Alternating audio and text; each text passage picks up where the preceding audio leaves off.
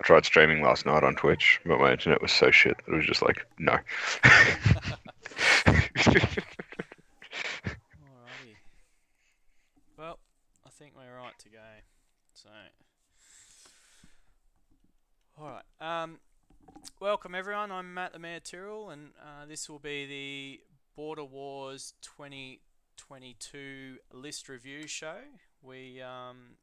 Sorry, we're making sure this is all working properly. This is the first time using live YouTube. I'm going to be helped out tonight by Nick Matheson and Dean Rossiter. Nick, let us have a hear about what you're doing and who you are, and what you've been up to. Great, thanks, Matt. Good day, everyone. My name's Nick. I'm the TO of Border Wars 2022, which is obviously a tournament that's going to be run out of Albury, New South Wales. So we're on the 29th of April and the 1st of May. I'm Mirabina, and we've got 48 players, which is really, really great. Absolutely excellent turnout. So thanks a lot for everyone for thanks for coming up.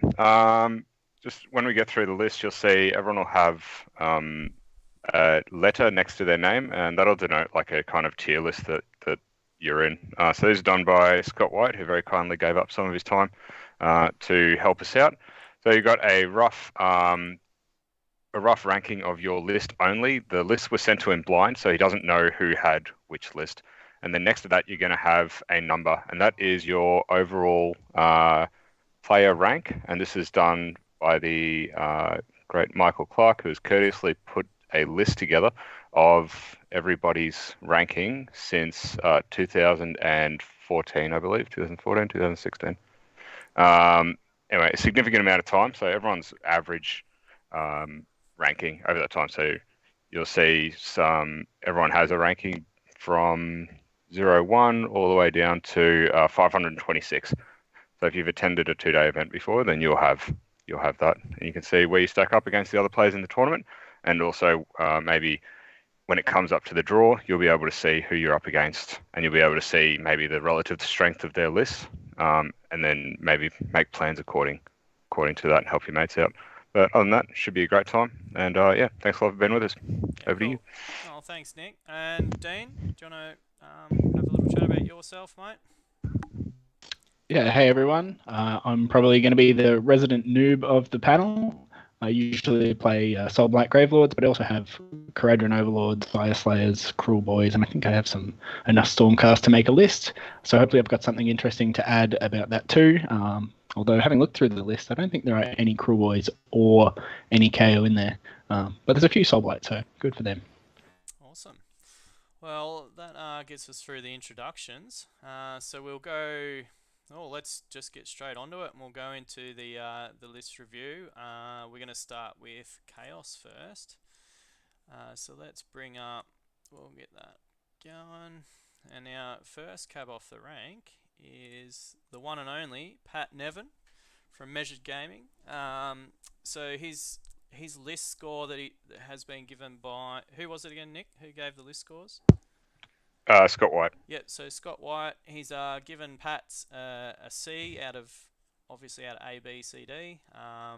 And Pat there, he's ranked number 25th in Australia over the past 5 or 6 years, or whatever the data's from. So definitely an accomplished player, very good player, and he has played a lot of Khorne, so he knows how Khorne works, and so he's brought them along again after his little foray into the fat fellas at... I noticed he had them at Saggy Tea the other week, so he's definitely gone back to what he knows here. So let's go through his list. He's gone the Reapers of Vengeance, which is very popular, Grand Strats, Dominating Presence, and Triumph is Inspired. He's at 1985 points, so he might get... he's got a good chance getting that Triumph in a lot of games. So he's got the Bloodsecrator, Scarbrand, Scar Bloodwrath, Bloodthirster of Insensate Rage, Bloodsecrator, Bloodstoker, Karanak. So he's got a lot of heroes there. There's 1, 3, 4, 5. Why is there 7 heroes? 1. No, he's got 6. 1, Well, you 2, got 3, 4. 2, Yeah, that could be. 4. Let's put Blood's Crater in twice by accident. Yeah, righto. And then it's good to see we've looked over the list. Fix that. I'll fix that. Battle line, he's gone the 5 Fleshhounds, 10 Blood Reavers, 10 Blood Reavers. He's got 3 units. He's got a unit of Wrathmongers, unit of Ungor Raiders, and Ungor Raiders. He's gone the double Warlord and the Hunters of the Heartlands. And he's gone the 2 artifacts. He's come in. There's 133 wounds, and he's a 13 drop, so he's not worried about first turn. He wants to just get everything down, and the Hunters of the Heartlands. That's a good one. I've been finding myself. It's not a bad. I think that Karanak. I think he must be a unit because he's got him in the Hunters of the Heartlands. He wouldn't be able to go into Hunters if he's a leader, so maybe that's where it's gone wrong. Now this is I grudged Pat. I haven't played Pat for a couple of years, and I just was keen to have roll some dice with him again, and just have a bit of fun and get the game over nice and early, and maybe have a beer with him or something. But I won't talk too much about his list. I'll let the other boys talk about his list, just for the fact that I'll be playing him. I'll let them have a chat about it, but. Essentially, he's got Scarbrand there. Scarbrand's just a mortal wound bomb. He can run in and just obliterate stuff. And yeah, anyway, well, do you want to? Which one of you guys wanted to have a chat about it, Nick or Dean? Yeah, I'll jump in. So just to be clear, Karanak is not his pitch battle profile is single and unique, so he's not a hero. So he's not a leader. So yeah, that's fine. I just wanted to bring up actually a unit that I think is really cool, and that's Scar Bloodwrath. So the cool thing about him is because after he dies, he obviously gives you a blood tithe point, great for Corn, and then he can come back in a movement phase, and he can be set up anywhere on the board. So with that, if you've got the blood tithes, so he dies, if you set him up on the board in say an enemy zone or anything else like that, and then you can summon from him because he's a Corn hero if you've got the blood tithe points to do it. So he's a really cool, for 105 points, I reckon he's an absolute steal for someone that could give you like 3 or 4 blood tithe over a game. And he also buffs the Wrathmongers and lets them fight twice on death. Well, they fight on death, and then they explode and do the mortal wounds on death as well. So that right there is super duper cool. And you're going to have all these, like even Blood Reavers with the Blood Secretor and the Wrathmongers there are going to be thrown out a buckload of attacks. So really cool list. I like it. I reckon I'll get 3 games. And I see he's gone the 2 units of Ungor Raiders. Off the top of my head, I'm not sure. I think they can come in off the board edge. I know they can in Bok. I'm just not 100% sure for this list, but potentially they can. I'm not sure. What else did he have there? Yeah, and talking about blood tithe points, I think the biggest use for blood tithe, which a lot of people don't use, is not the summoning, but it's the other abilities like the hero phase move, especially if you've got Scarbrand, double moving him, and then charging into something and just obliterating it is a really strong move. So really looking forward to this game with Pat. Should be a good matchup. I'll go through my list later, but yeah, I think it should be a bit of fun, and the salt should be flowing at one point there, so it should be good. So that's Pat's list. So we'll go on to the next one is Jacob Williams. So his list has been given a B. So surprisingly, it's actually one better than Pat's. I'm not sure why. I guess there's a bit more control in this list. So he's gone the Reapers of Vengeance again. Grand Strat is Beastmaster. Triumphs Inspired. He's 1990 points, so the Triumph's probably a bit iffy in this one. And then he's got Bloodthirst of Insensate Rage, and then he's got a Unfettered Fury, Blood Secretor, Scarbrand once again, and then he's got the Slave to Darkness Demon Prince, which is a bit different to Pat. So if anyone doesn't know how the Demon Prince works, the Khorne mark, you spend a command ability, and every unit within 18 inches is half their run and charge rolls, which is really annoying. even your minimum charge then becomes a 6-inch charge. It's really hard to play around if you don't have shooting to snipe it out. Then he's got the 4 units, 5 flesh hounds for screens and objective holders, whatever. And then the Hunters of the Heartlands and the Warlord Battalion. Another high drop list, so they're coming in at 10 drops. He's not worried about taking first turn or second. He just wants to get in there what he wants with the Hunters and the Warlord Battalion. I'm guessing he's gone the extra artifact with the Warlord. So all in all, I don't know if I wouldn't say it's a better list than Pat's. I think the only real difference is the Demon Prince, so a bit more control. But in saying that, Pat's he's got a lot of other different things. Look, I'd almost give Pat's list a B, and then this one's a B as well, to be honest. What about you guys? You sort of thinking the same, or? Yeah, so the interesting thing I found with both of these lists is the Warlord Battalions, because when looking at the extra artifacts, that Crimson Crown is just a command point. Talisman of Burning Blood, I think, is +1 to charge, and the the Blood Hunger, I think, is on a 4-up. You fight first that phase. They don't seem like particularly powerful artifacts, and I would have thought going for lower drops would have been a more interesting sort of list, or a more powerful sort of list. And I can certainly see, again, with the differences between these two lists, the Demon Prince making it hard to charge you is helpful against these melee armies. But on the other hand, freeing up those points, you can get these Ungor Raiders, and you can screen out those charges anyway. So it has a similar effect on the table, I think. Yep, so looking at the chat, back to Pat's list, the Ungor Raiders get a pre-game move. They don't get the deep strike. So, that essentially, I'd give both these lists a rating of a B. So that's the two corn lists in the event. So then we'll move on to Rowett Thomas. So this list has been ranked a C, and he's ranked 76 in the rankings, which is quite respectable. He doesn't get to a lot of events, I don't think, so to be ranked that highly is really good.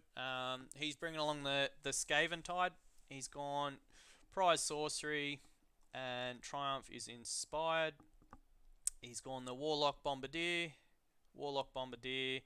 Grey Seer on Screaming Bell, 20 Clan Rats, 20 Clan Rats, 20 Clan Rats, 6 Storm Fiends, 10 Scryer Acolytes, Warplock Jezzails, and the Battle Regiment. So he's gone put all this in a 1-drop to get, which is actually quite good with this list. I noticed he's got a really good Triumph bid too. He's in at 1955 points.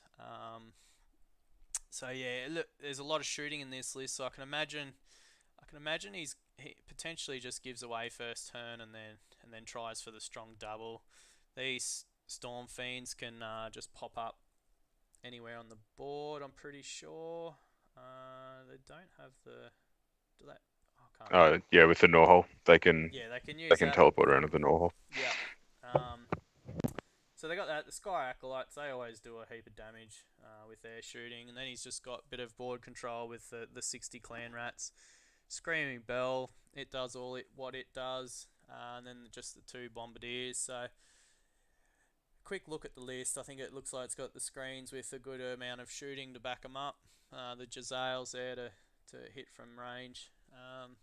So this is actually quite a decent little list. I think some people will have a lot of trouble with it, especially I think lists with low bodies and that can't deal with mortal wounds and long range shooting.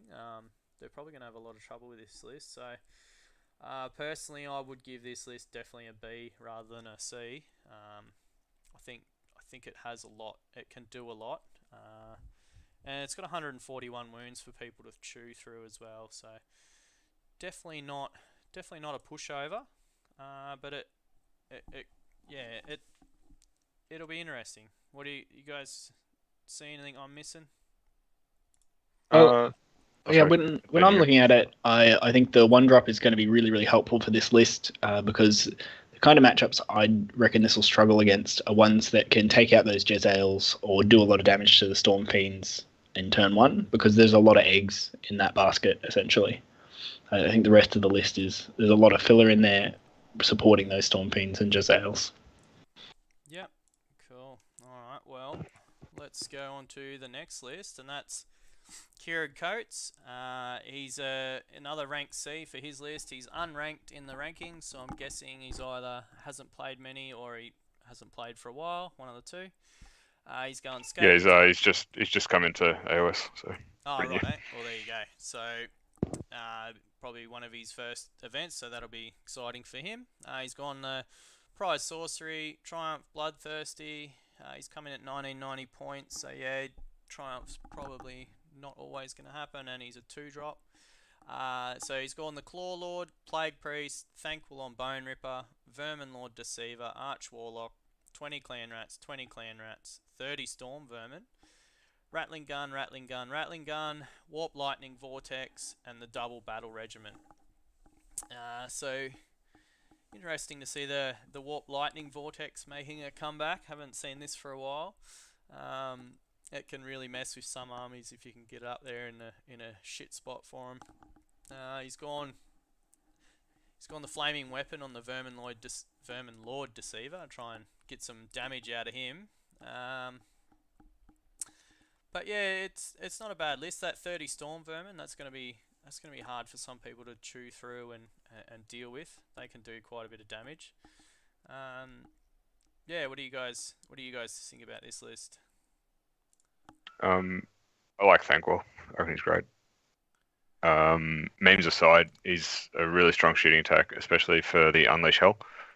So if you're going to charge into any of these, you're going to have to copping those 4 Warfire Rages, and they're going to do a bucket load of damage. And even if you get into him, then being able to use Scurry Away, so you can get Thankwell out of there when it's your turn to pick a unit to fight. So unless you can pretty much one-shot him, you're going to cop a heap of damage coming in, and then he's just going to get away from you anyway. Which is obviously really strong. Other than that, it's pretty much all I got. Like Skavens, yeah. I don't like them as a faction, to be honest with you, but I can see why people. it's the law. I hate the law. But I can see why people enjoy playing them, and they look like a very fun army to play. But yeah, definitely that Thankwell and Burn Ripper. I really like it. Yep. No, it should be good. Yeah. I think the plan, I'm going to guess, as a filthy KO player, is that the Vermin Lord Deceiver, I believe, is a double caster, and one of his other spells is that he can teleport. So I think the plan might be to teleport him and then to use the Warp Lightning Vortex out of him. Yep. And we'll see that teleport play in another list, in my favourite list that I'm sure is coming up soon. Yep. Yeah, I didn't see that. That actually is a good idea, because it's such a short cast range on the Vortex, so.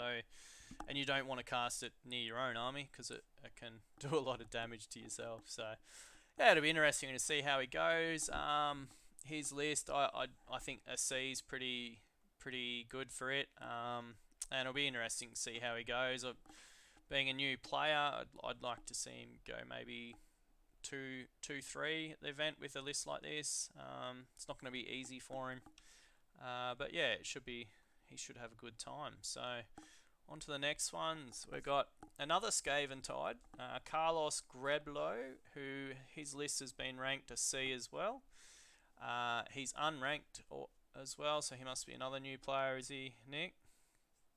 Do you know? No, I don't think he's not.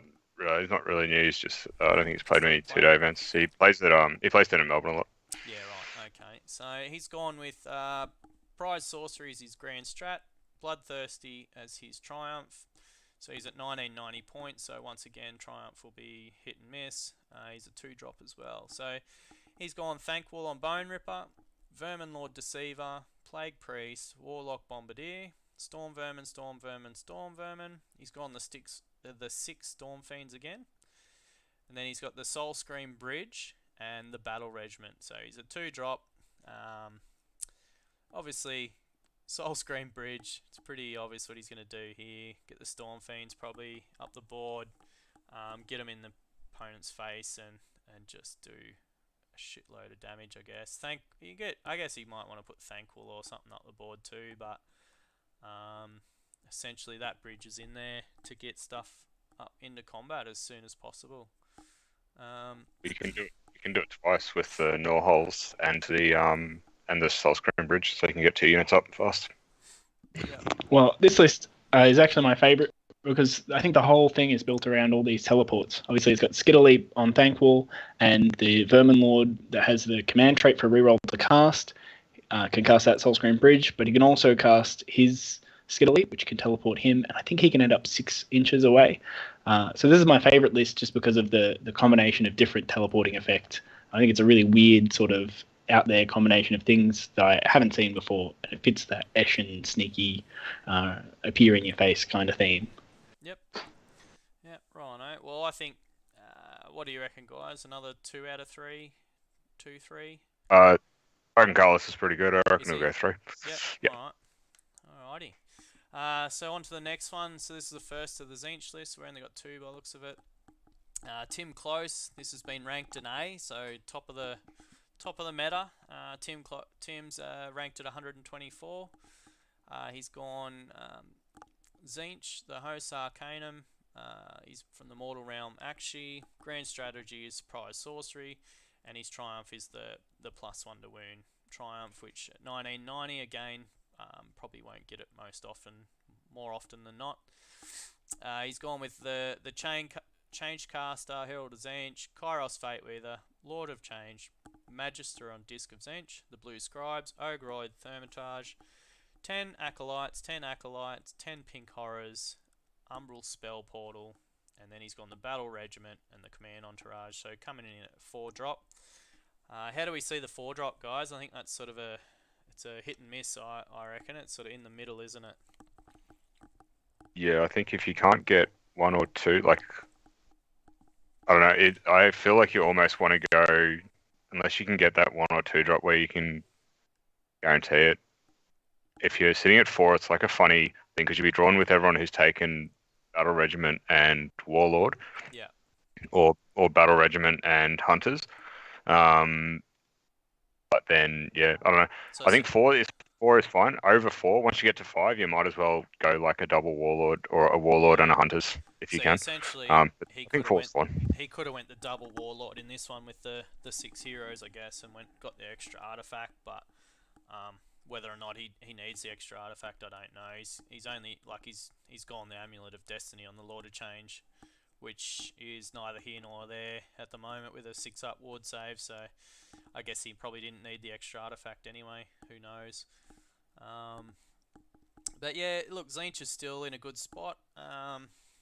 He hasn't got a lot of board control. 10 Pink Horrors don't survive that long. It's 50 wounds with essentially, unless you buff them right up, they're essentially got no save to anything with a bit of rend.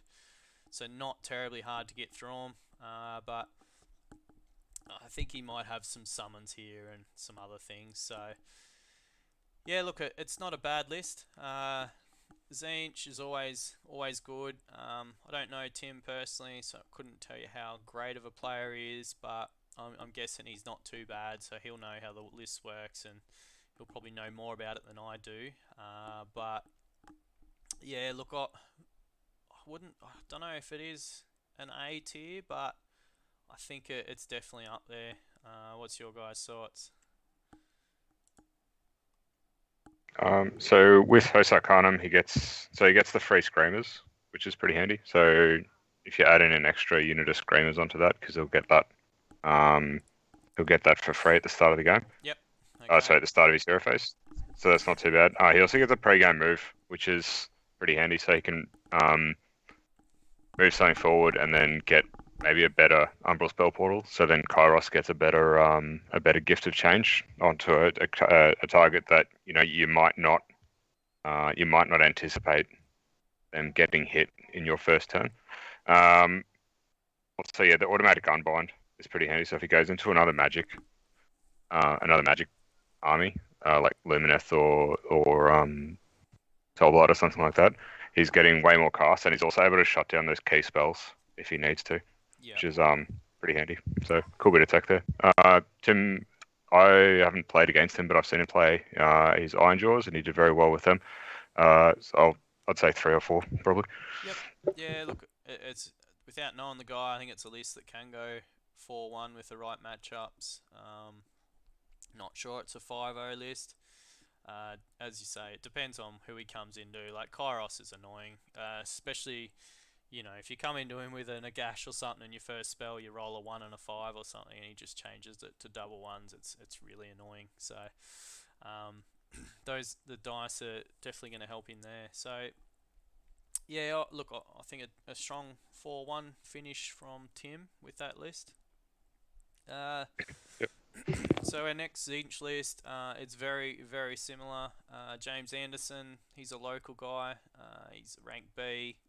He's unranked. He hasn't played enough. He's played only the odd event here and there. He's an ex-GW employee here, so he never really got time off to play in the event. So his list is very similar. He's gone the Host Arcanum, Prize Sorcery. Hasn't bothered with his Triumph. He's at 1995 points, so he obviously didn't think it was worth it. He's gone the Thaumaturge, Kairos Fate Weaver, Change Caster, Lord of Change, Blue Scribes, Fluxmaster, Herald of Zinch on disc, 10 Acolytes, 10 Acolytes, 10 Acolytes, and then he's gone the 3 Endless Spells, the Chronomantic Cogs, Umbral Spell Portal, and Demonic Simulacrum. I don't know how to say that. He's 82 wounds, so quite low on the wounds.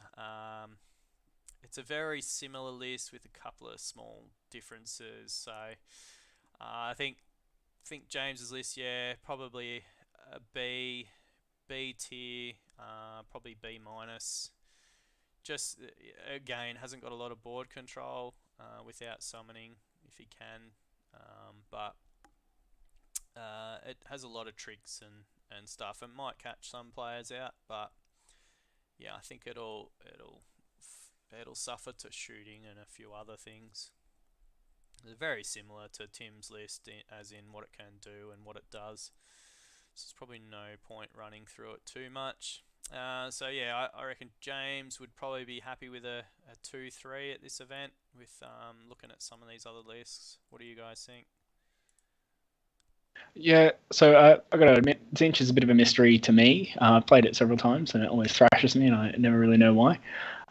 But noticing the difference in these lists, they're both 82 wounds on paper, but I think having 82 is not many wounds, but having the Pink Horrors will give him just that bit more meat in Tim Close's list. Because when I look at this list, I'm seeing that it's pretty fragile, and a few sort of bad shooting phases, or I guess good shooting phases for the opponent, and that list is going to be off the table, I reckon.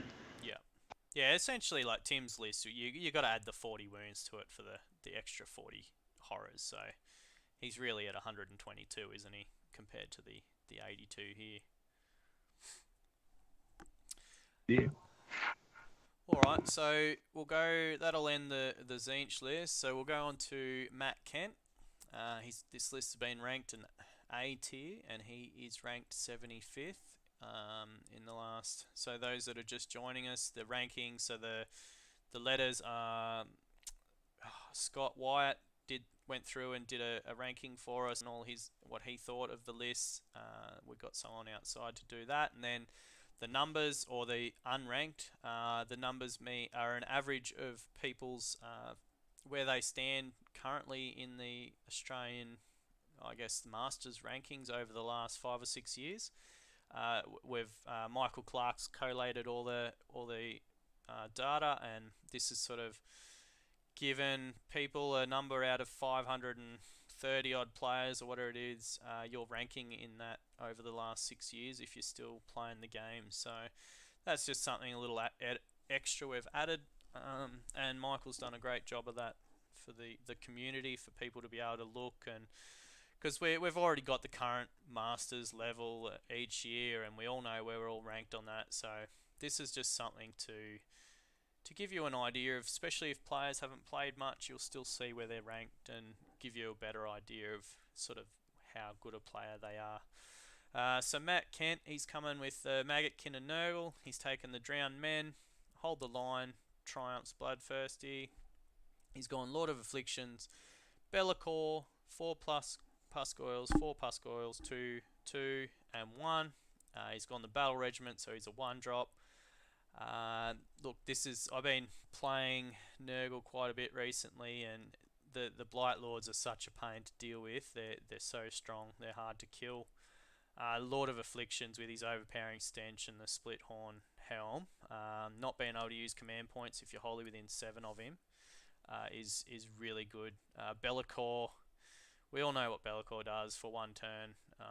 Unless your opponent gets the double, then it's for 2 turns. He just locks down your opponent's most valuable unit. Against MSU armies and stuff like that, Be'lakor's almost useless, but in an army like this, he's going to be quite good. So that's why he's got I think the list is an A ranking as well. The Drowned Men, all the Blight Lords, including Lord of Afflictions, can all pre-game move 8 inches up wherever you want to move.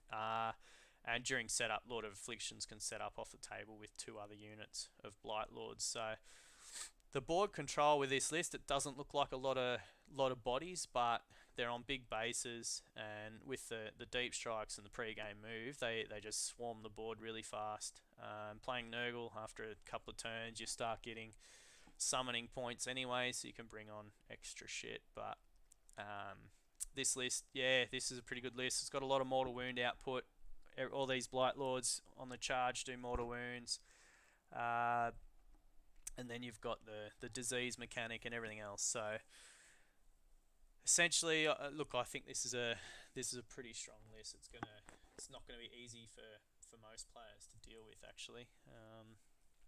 I think this will definitely be a 4-1 list at minimum. He'll definitely push for the top with a list like this, I believe. Any of you guys got any input for it? Nothing that you haven't already said. It's a strong list. I've played against it.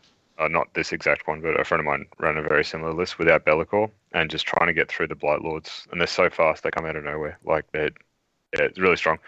Matt's a good player. I expect him, I would say 4-1, I think is reasonable. Yep.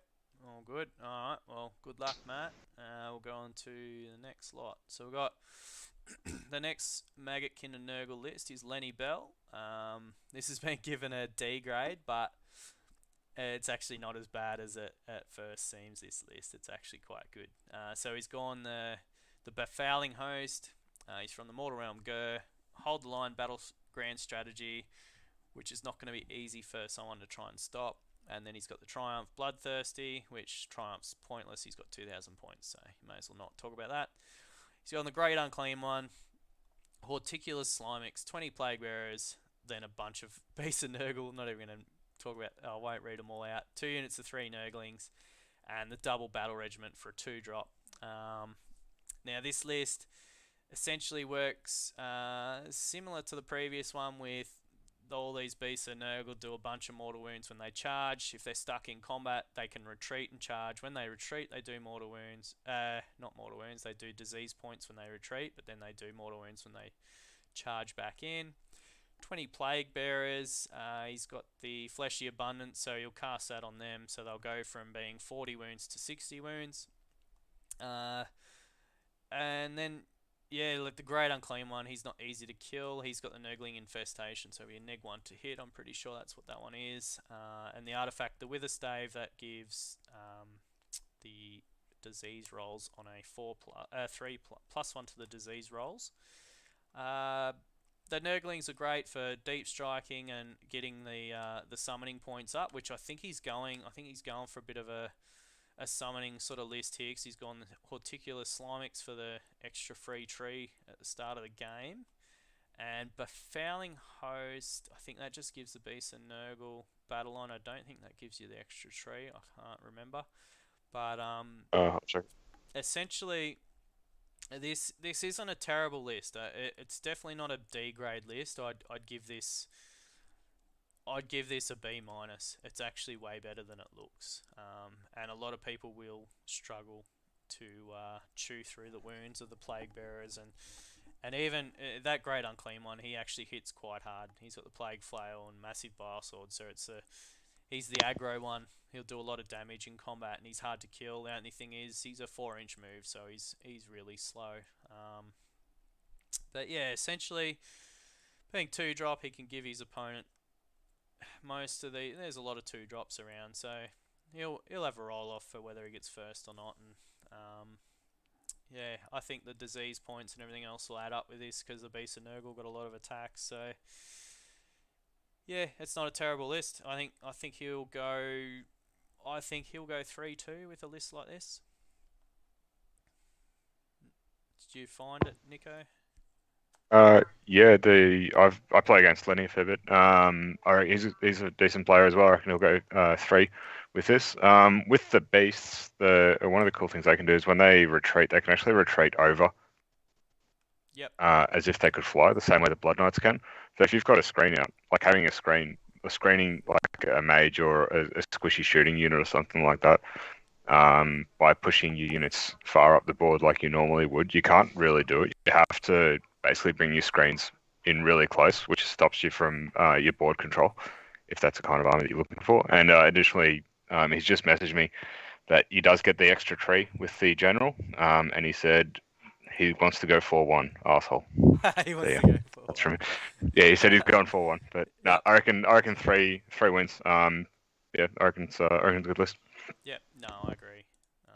I think it's definitely a good list. I think Scott's probably not played against it or seen the list, so that's why he's given it a D, thinking it's probably just a narrative list. But yeah, those Beasts of Nurgle are hard to deal with. Not easy to kill, especially the army being a 5 ward save army, a 5 plus ward save. It's not easy to deal with. So yeah, I think we all agree it's not a definitely not a D grade list. So on to Jordan Burgess. His list come in at a B. He's ranked 57 overall. Masters player, very good player. Allegiance, he's gone Magickin Nurgle, Drowned Men again, Garan, Hold the Line, Triumphs Inspired. He's 1995 points, so Inspired. These Triumphs not going to come off that often. He's gone the Great Unclean One, Lord of Afflictions, Orgot's Demon Spew, 20 Plague Bearers, 2 Blight Lords, 2 Blight Lords, 5 Blight Kings, and Battle Regiment for a 2-drop. He's gone the Drowned Men again, so you've got the pre-game move with the Blight Lords and Lord of Afflictions. He's gone the General on Lord of Afflictions, so he's doing that within 7 inches. You can't use command abilities. He's got the 4+ ward save. Great Unclean One's gone the Fleshy Abundance, so he'll probably put that on the Plague Bearers, or he'll have to because it can only go on demons. So that once again, that'll be a 60 wound unit with a 5-up ward save. The Great Unclean One's gone the Killian, the Flail and Bile Sword. He's got the Orgot's Demon Spew. He's a really, really good model. You get a free command point every turn to spend. And yeah, he's just another general in his list. So if he loses his general, he can still get the extra command points every turn. Yeah, essentially it plays very similar to the other Magickin and Nurgle lists that we've already mentioned. So probably not much else new here apart from Orgots. So essentially, I think he'll be a strong, I'd say a 4-1 with how good of a player he is and how strong the list should be. It's not an easy list to kill, so that'll be my rating. What do you guys think? So unfortunately, I haven't had the chance to play against the new Nurgle book, but it seems like it's shaping up to be one where a bit like the old Ideneth book, where the strategy is, or the play style is pretty restrictive in the book, and I think that's why you see these lists with a lot of the same units, because the book is sort of determining that you're already in that play style a little bit, but even within that, it's interesting to see that these 3 lists that we have a very different roster to each other. Yeah, for sure. Alrighty, so on to out of the Magickin and on to Legion of the First Prince. And first up, we've got Sam Morgan. The list has been ranked a B. I probably think it's closer to an A. He's ranked 12th overall over the last few years, so a very accomplished player, a very good player. He's in the Worlds team with myself, so definitely a good player. So he's gone with Legion of the First Prince, Predator's Domain Grand Strat, and his Triumph is Inspired, which coming in at 1970. There's a good chance he'll get his Triumph most games. He's gone for Be'lakor, and then he's got the Slaves to Darkness Demon Prince with the Mark of Khorne, so that aura of half charge. He's gone the Sloppity Bile Piper and the Mask, and then he's got 3 units of 10 Plague Bearers. He's gone the 12 Furies, 6 Furies, Burning Head, and Double Battle Regiment. This is actually Sam's list for Worlds, so it's probably not geared exactly for singles events, but in saying that, it's still a really good list, and some armies will really struggle to deal with how it works. So a lot of the stuff in this, while Be'lakor is still alive, they just keep bringing back models to the units. If you don't wipe the units out, they just keep coming back. And Be'lakor can pass off wounds to the Plague Bearers and stuff around him. So not an easy list at all to deal with. You got Be'lakor locking down your main unit. The Demon Prince just stopping your charges. Sloppity Bile Piper stopping you piling into Plague Bearers. The Mask does what the Mask does, and then the Furies they can fight and then they just run away sort of thing. So they're not easy to deal with either. So it's just essentially this is a board control list, and designed not to die. So I think as I said, I think his list is closer to probably a B plus, I reckon, for singles, and I think he will go. Look, I'm going to say a strong 3-2, possibly 4-1. Just it depends on his matchups. I think some matchups will go well into him, and other matchups he'll just dominate. So if everything goes well, he'll go close to 5-0. But I think with the rest of the meta in this event, I think there's a couple of good lists that could pip him at the post. Did you guys want to add anything to that? Yeah, I'd be interested to hear what you think about the inclusion of the Burning Head, because sometimes I think if you've got a lot of wizards, then taking a Burning Head is a bit like a spell lore enhancement, or your wizards have a D3 Mortal Wound spell sort of in their back pocket. But in this list, he's only got one wizard, and that's Be'lakor. Do you think he'll actually end up casting that Burning Head very often? I'm not exactly sure why he's got it. There's a reason, he did tell me, but I guess for 20 points, it meant that he's not really losing his Triumph bid at 1970. It doesn't really do much. It doesn't do a lot of damage. I don't know. I couldn't really tell you why he's taken it, but it's in there. It's interesting. It's a cheap, endless spell if he wants to cast one and do something with it. I just don't know what he wants to do with it. I can't see it's if he can do anything to himself with it. I don't think so. I think I don't know. I think he's just thrown it in there, to be honest. So that's Sam's list.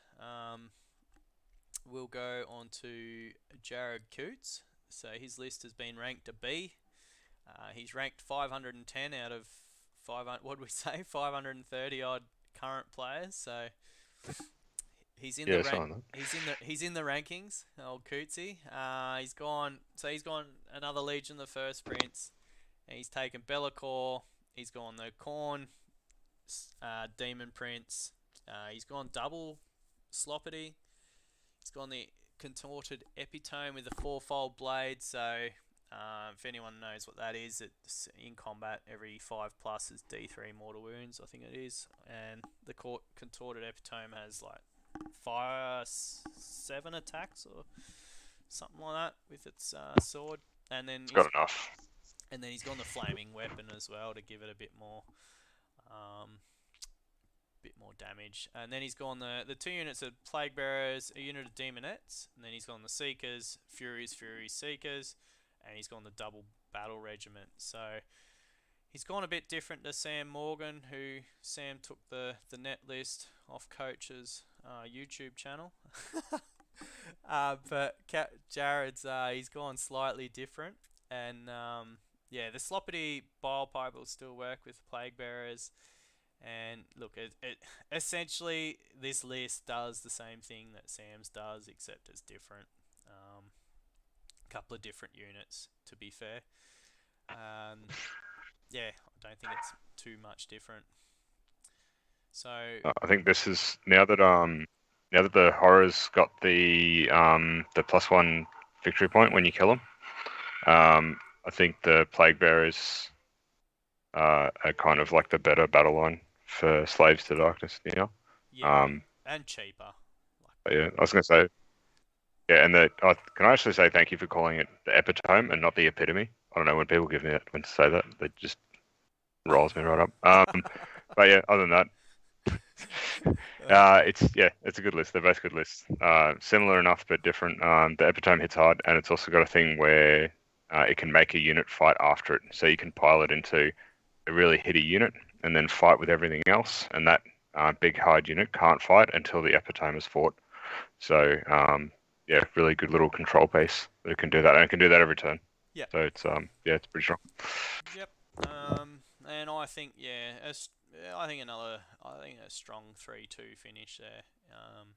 Depending how well he plays the army, and the matchups. So go on to the next lot. So then we go on to Michael Clark, another fellow Worlds team member. His list has been ranked a C, and he is ranked 7th overall over the last 6 years with his results. So a very accomplished player. He's gone the Slaves to Darkness, he's gone Idolators, Prize Sorcery. Oh god, why is the list looking like this?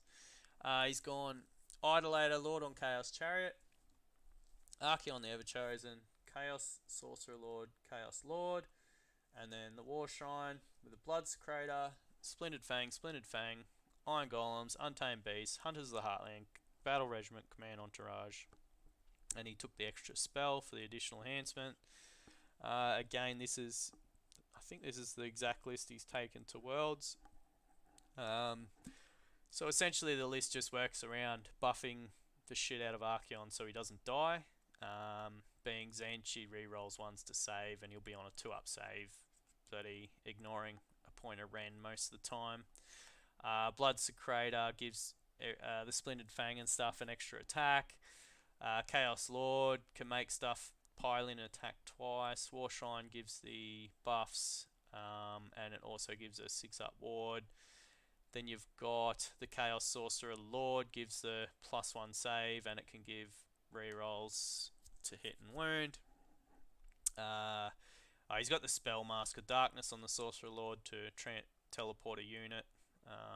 The Splintered Fang, they do mortals on 6s to hit, and with the Blood Secretor, they're doing a lot of attacks. They're doing extra attacks, and then with the rerolls to hit and wound, they can actually pump out a lot of mortal wounds, and then piling in twice, it adds up. It can wipe out a lot of stuff if you're not prepared. And then the Iron Golems and Untamed Beasts, they're just there for screens and objective capping, etc. Yeah, I think if you don't have the means to deal with these Splintered Fang from a distance, you're going to have a lot of trouble trying to deal with them. And then Archeon himself, if you don't have, essentially, if you don't have the tools to deal with him, you have to pretty much ignore him and just let him sort of pick apart your army while you try and score as many points as you can. Because unless you've got something with more than Rend 1, you're not killing it, Archeon, in this list. Unless you've killed all the supporting heroes first, which it's not going to happen in one turn, so you're going to need a few turns to do that. And by then, Archeon's over the table and being a pain in the ass. So overall, I think the list is better than a C. I think it's a strong, depending on what it comes into, I'd say it's a B at least. If it's going into shooting armies, yeah, the Splintered Fang just die really easy. But against melee armies, you'll have a lot of trouble dealing with it. So I personally think Michael easily should go 4-1 with this list. You guys have any input for the list? Yeah, I I've played against a few lists that are like this with Soulblight, and Soulblight really struggle as an all-melee army with low rend. There's a few armies out there that I think this list will have a really easy time against. But I know with the Chaos Demon Prince with Mark of Corns that we've seen, and the Be'lakors, I'm pretty sure those work against Archaon, if I'm remembering right. Yep, and that'll, I think those sorts of things will put a big hole in this list, and it'll be really difficult against some of those. Yeah, for sure. Yeah, Archaon does not want to be held down for 2 turns doing nothing. But yeah. Alrighty, so let's go on to our next another Slaves to Darkness, an Ace Holder Wadey. So his list is S tier apparently. So that's better than A tier. That's the first S tier we've seen. He's ranked 446 in Australia over the last 6 years. He's gone host of the Ever Chosen, Sixth Circle. He's got Prize Sorcery, Inspired Triumph, so he's 1980 points, so he probably will get that more often than not. He's got an Archaon, the Tzeentch Mark, Chaos Sorcerer Lord, Slaves to Darkness Demon Prince, with the Mark of Khorne, of course. And then 3 Vanguard, 8 Iron Golems, 2 lots of 9 Untamed Beasts, and the Battle Regiment for a 1-drop. Do you guys want to have a talk about this list, or are you happy for me to go through it again, or? That's pretty. I don't want to say point and click, but like everything goes in, it does more damage on the charge. They're all buffed up to the eyeballs, and yeah. Yep, and it's got the. Is that am I incorrect in that assessment? No, essentially that's what it does. You got the buffed up Demon Prince again to make any melee armies half charge, which is really annoying.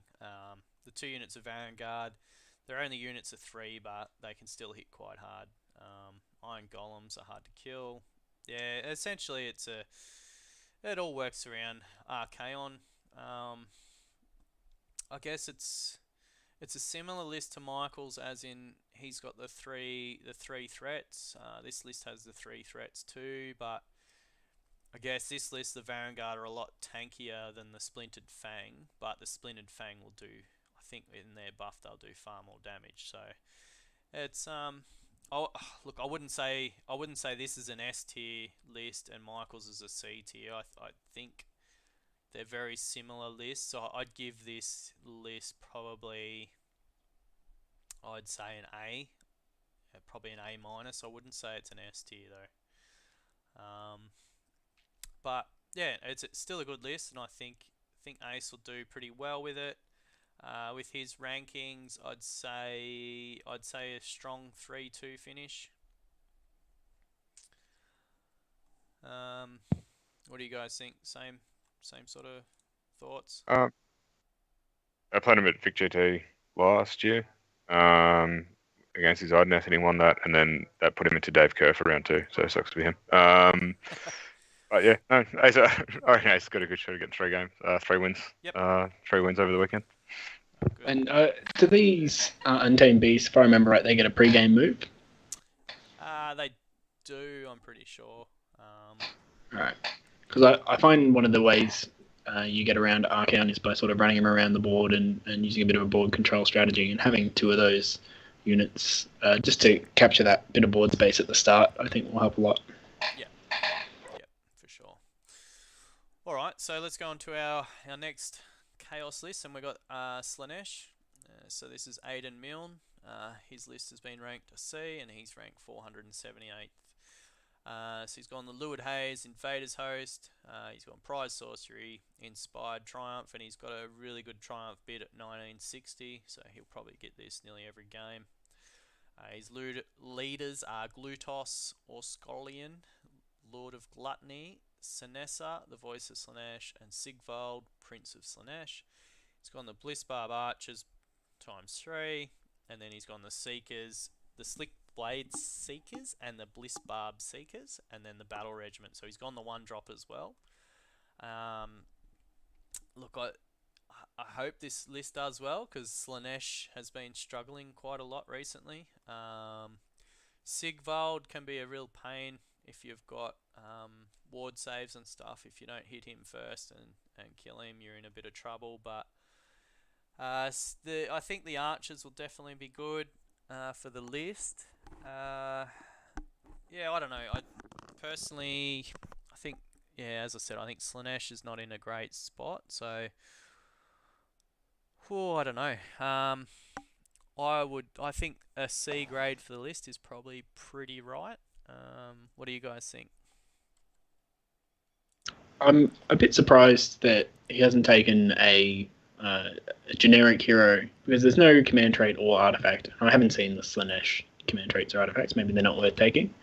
But looking at the list, the points are so high in that book, it's hard to know what to drop to take it. Yeah, fair call. Yeah. Nick, you got any input? The bliss barbs can generate. The bliss barbs can generate depravity at range, so you've got a pretty good summoning game there. And Sigvald can do the deep strike with the lurid haze. So yeah, pretty decent. And Sinessa has a no line of sight spell, so she can cast it anywhere on the board that does mortal wounds, which is pretty good.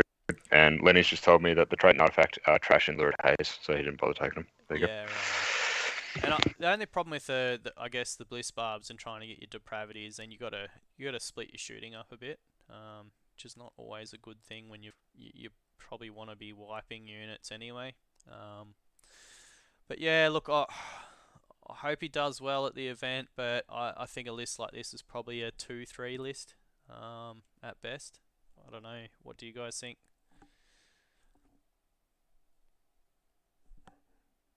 Yeah, I reckon. Based on that, I think Slanesh just maybe needs some points drops to make up for how overcosted their stuff is. And then I think their War Scrolls don't seem too bad, but 170 points is the same as 10 Sentinels. And we all know what's better. So, come on. And same as Reavers now too. Anyway, so that was Aiden. We'll go on to the next lot of lists. So we're going on to the start of the destruction list now. So we're going to start off with Chris Crichton. He's another local lad. Hasn't played a lot of tournaments. He played a lot more 40k than he has Age of Sigmar, but he's just got into the Age of Sigmar, so having a bit of fun. He's obviously unranked because he's only new. His list has been ranked a D. I wouldn't say a D. I'd probably give it a strong C, depending on opponents. But anything with Kragnos in it, I think is pretty good. So he's gone the Boulder Head, Beastmaster. So you got to kill Kragnos to stop his Grand Strat, which is not easy. He's gone Bloodthirsty Triumph with a 1965 point list. I think he'll have a good chance of getting that most games. So yeah, he's got Kragnos, he's got the Frostlord on Stonehorn with all the buffs, so he's doing all the damage. He's kind of stuffed himself up here a bit with the artifact and the mount trait. He's given himself essentially +2 to hit, which is pretty pointless now in this meta. This is an older book, so it was good beforehand, but look, he was probably better off going the I think he has to take the Brandisfard, but yeah, I think going the mount trait was the It's wrong. Instead of Cladderhorn, you want Metal Cruncher, or that's the one. There's another one that's the Metal Cruncher for the D6 mortals. Then he's gone the Huskard on Thunder Tusk with the Blood Vulture, obviously. He's gone the Alvagar Ancient, so if you charge him, you have to fight last. The Prayer Pulverizing Hailstorm. And then he's just gone 3 lots of 2 units of Mournfang with the Gargant Hackers. He's gone the Battle Regiment, so he's a 3-drop. Low wound count army. He'll struggle on the ones with lots of objectives because he just does not have board control. But Kragnos, Frostlord, and Huskard getting 3d6 to charge, doing mortals on essentially a lot of dice on 4-ups on the charge is pretty good, and then Kragnos charging into monsters just obliterates them. Look, it's got a lot of damage output. It's just going to struggle a lot with board control, and if your opponent's got any type of shooting, They can just take out your battle line and your Thunder Tusk and then work on the other two. And essentially you've got 2 models left for the game to try and do stuff with. So I think he's here for a bit of fun and he wants to do well, but essentially I think this list is probably in this meta a 2-3 list. I think it's going to struggle against a lot of lists.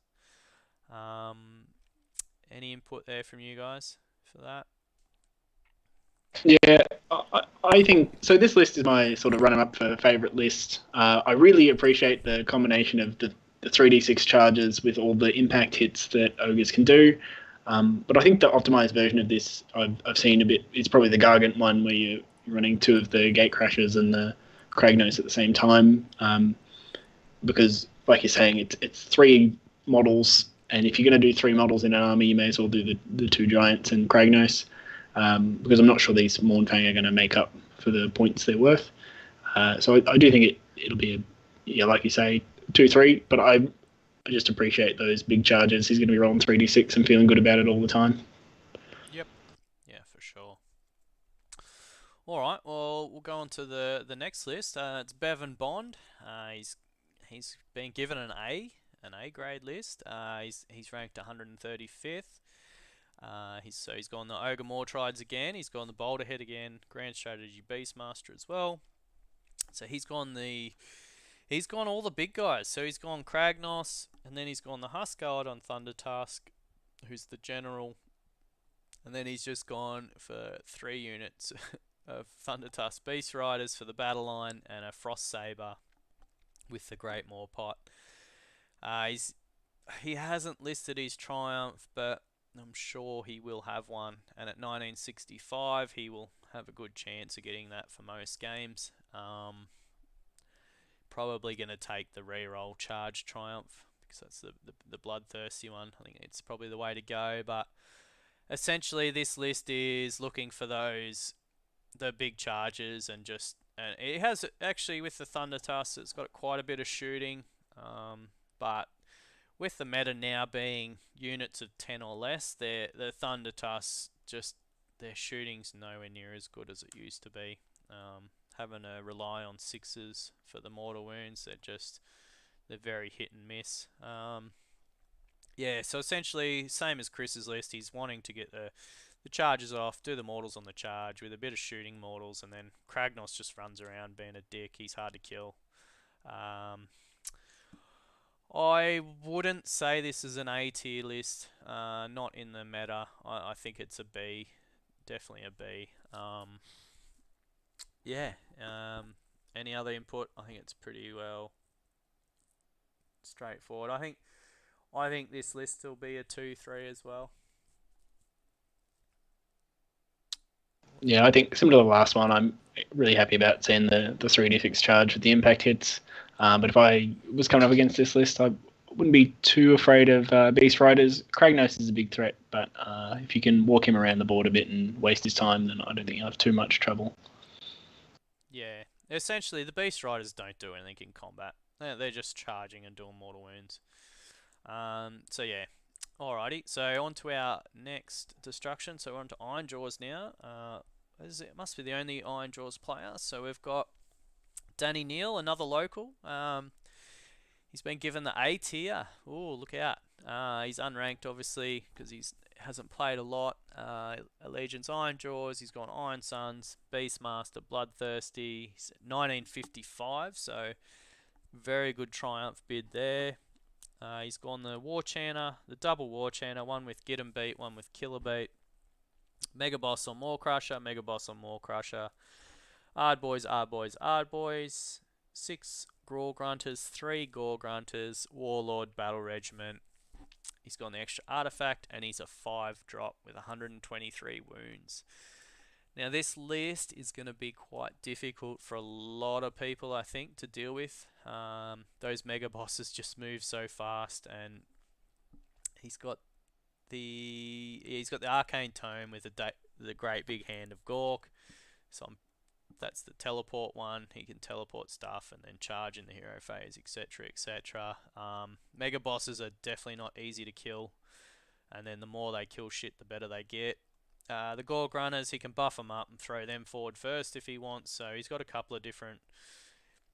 He's got 4 pretty big threats running around the board in this list, and then he's got board control with Ard Boys. Ard Boys are not easy to kill. They're pretty actually. They can be buffed up to be hard to kill. So all in all, I think Danny's list is close to an A tier. I think a lot of lists are gonna, they're gonna have a lot of trouble with this list trying to deal with it. So it'll just come down to Danny's skills as a general to see how he goes against these other lists.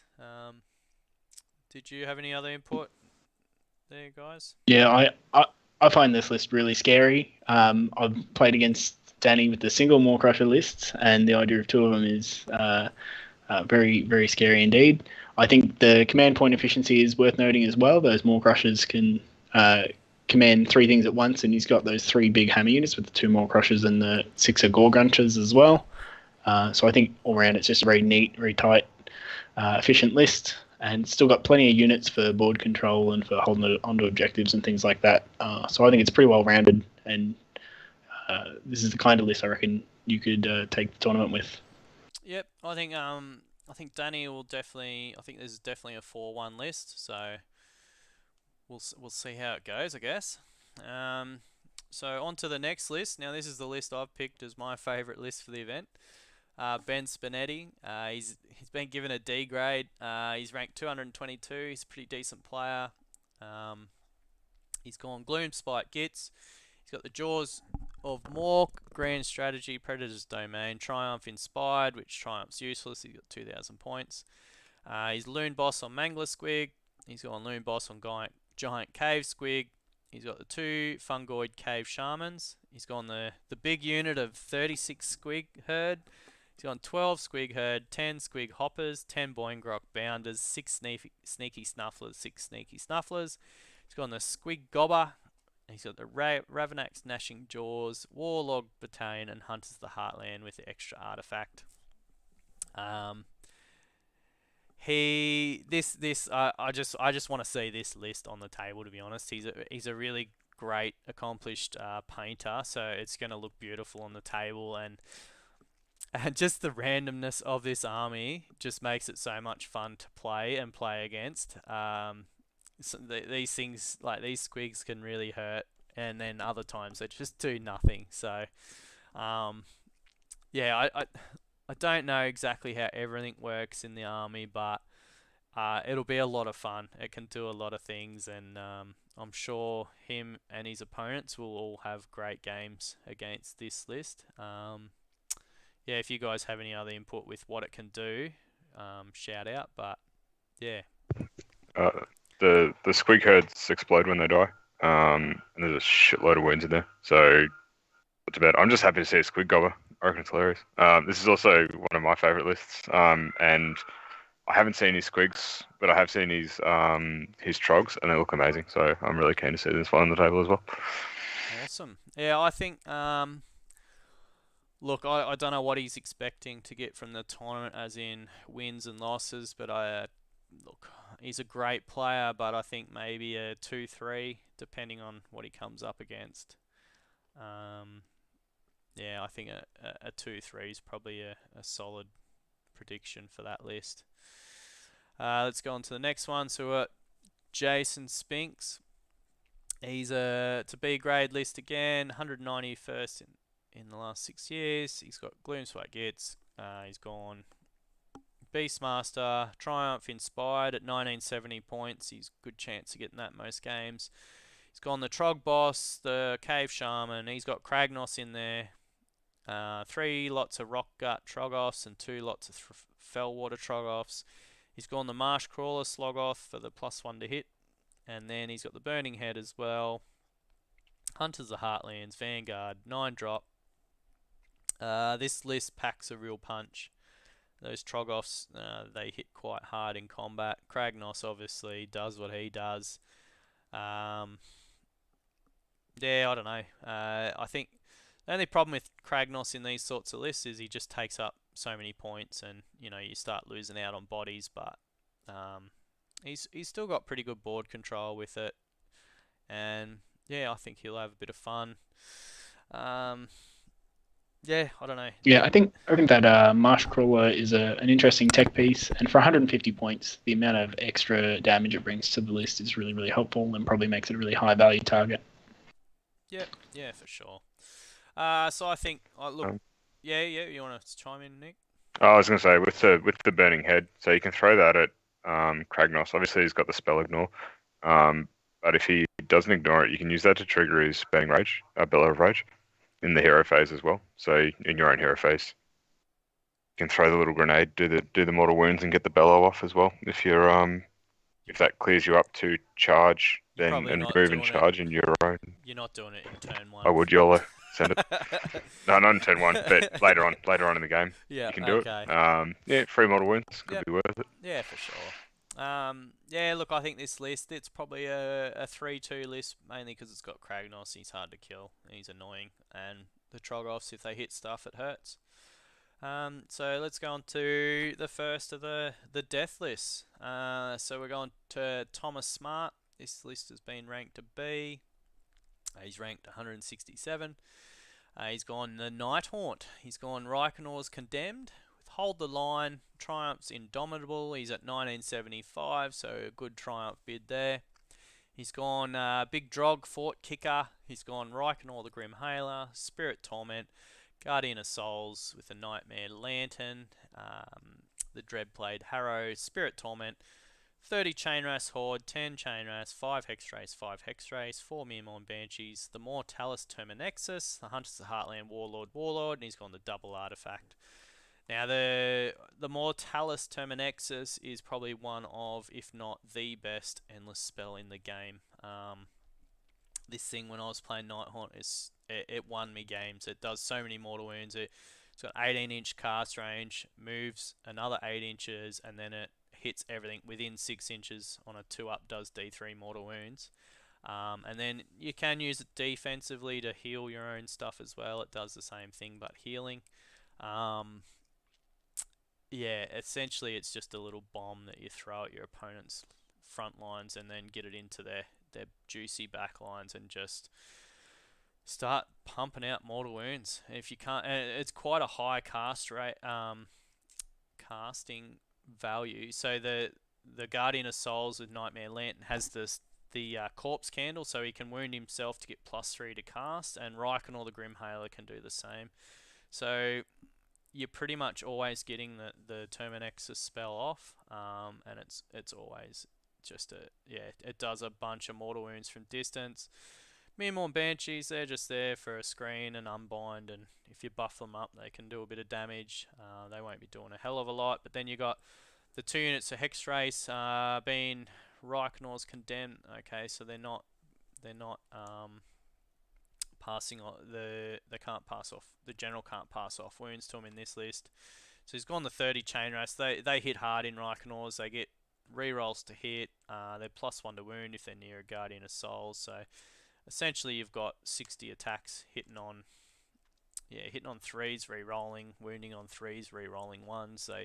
They do a lot of damage just through weight of attacks, and you've got that Big Drog Fort Kicker, so essentially just a Gatebreaker, Mega Gargant. He does a lot of damage as well. He's a 35 wound model. He's not easy to kill. He can cast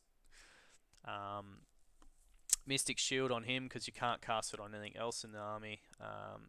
It's a pretty good list actually. It'll definitely do well. I always find Reikenor just seems to not do much when I play with him, but he'll do well. He's got the Dreadblade Harrow to teleport around the board and summon stuff to him. So yeah, all in all, I think this is not a bad list. It's pretty well rounded. It's 11 drops, so you don't really care with Night Haunt if you go first or second because you've got board control. You can set up off the table, etc.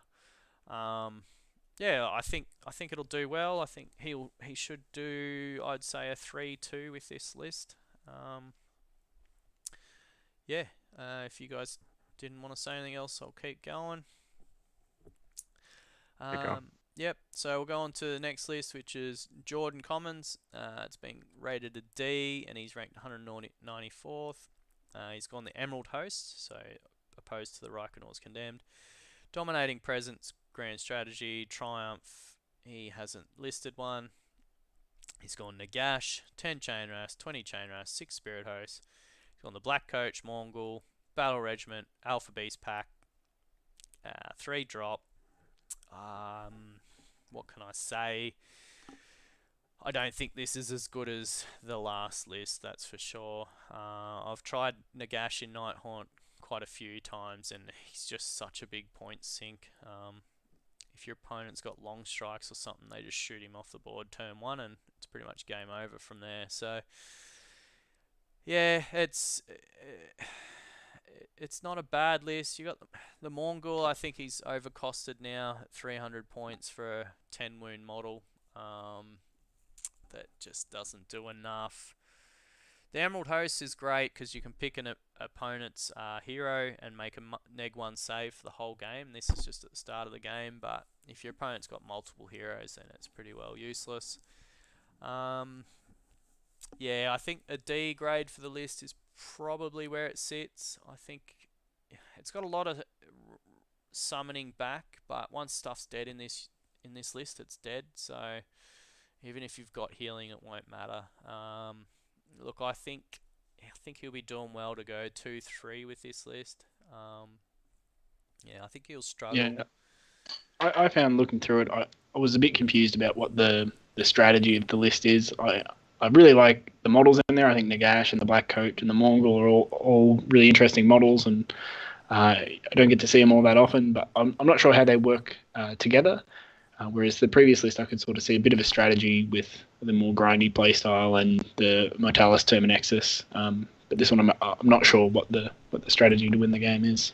Yeah, essentially he's trying to keep this stuff alive, the battle line, and Nagash has the command ability to give something a 5-up ward if he's in range of him. But yeah, essentially I think even with a 5-up ward, this stuff just dies. I think if you're taking Nagash, you can't take 500 points in a Black Coach or Mongol. I think you got to take more bodies and stuff, and maybe more heroes. Like he's got no other heroes, so yeah. Anyway, yeah. So I think 2-3 for him will be a good finish. So we'll go on to the next list. We've got Mark Unsworth, D rating. He's unranked. He's gone Nighthaunt as well, which is we've got a lot of Nighthaunt here at this event. We've got 5 Nighthaunt lists. He's gone the Emerald Host again, which I just talked about. Hold the Line, Bloodthirsty. So he's gone Lady Ollander, Kurdos, Cruelghast Cruciator, 10 Chain Ras, 10 Chain Ras, 5 Hex Trace, 6 Spirit Hosts, 6 Spirit Hosts, Unit of Harridans, Unit of Revenants, Mongol. He's gone the Battle Regiment, Hardens of the Heartlands, 3 drop. He's 1985, so Bloodthirsty. Yeah, he'll get it every now and then. He's Triumph. I think this list is a better list than the Nagash one. I would have liked to have seen maybe another unit of Hex Trace, because in Emerald Host they're bodyguard units to the Lady Ollander. The Cruelghast gives a 5-up ward instead of a 6-up death ward. Emerald Host, obviously what I just explained before. You got Lady Ollander. She just pumps out a lot of mortal wounds. She's really good. Double caster, double unbinder. Kurdos at 160 points. If he hits hard. If he doesn't, he just whiffs. 2 units of 6 Spirit Hosts. Yeah, look, with Lady Ollander being the general, if you lose models out of all of these units, she just brings back one model to each unit every hero phase. Yeah, it's not a bad list. Again, gone with the Mongol. Mongol's alright.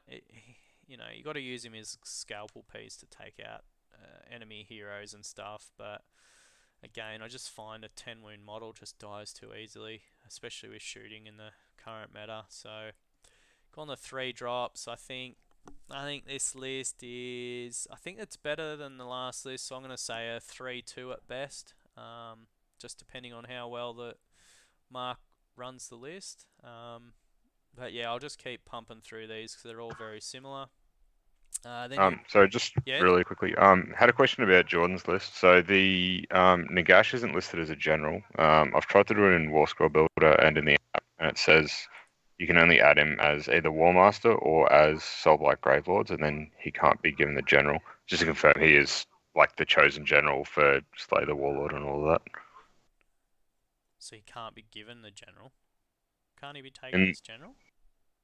no, in War Scroll Builder, because he's got the War Master, Yeah. so he always is a general, but you can't make him the chosen general. All right. Okay. I will have to I'll look talk to you. into that. Talk about it later. Yep. So, yeah.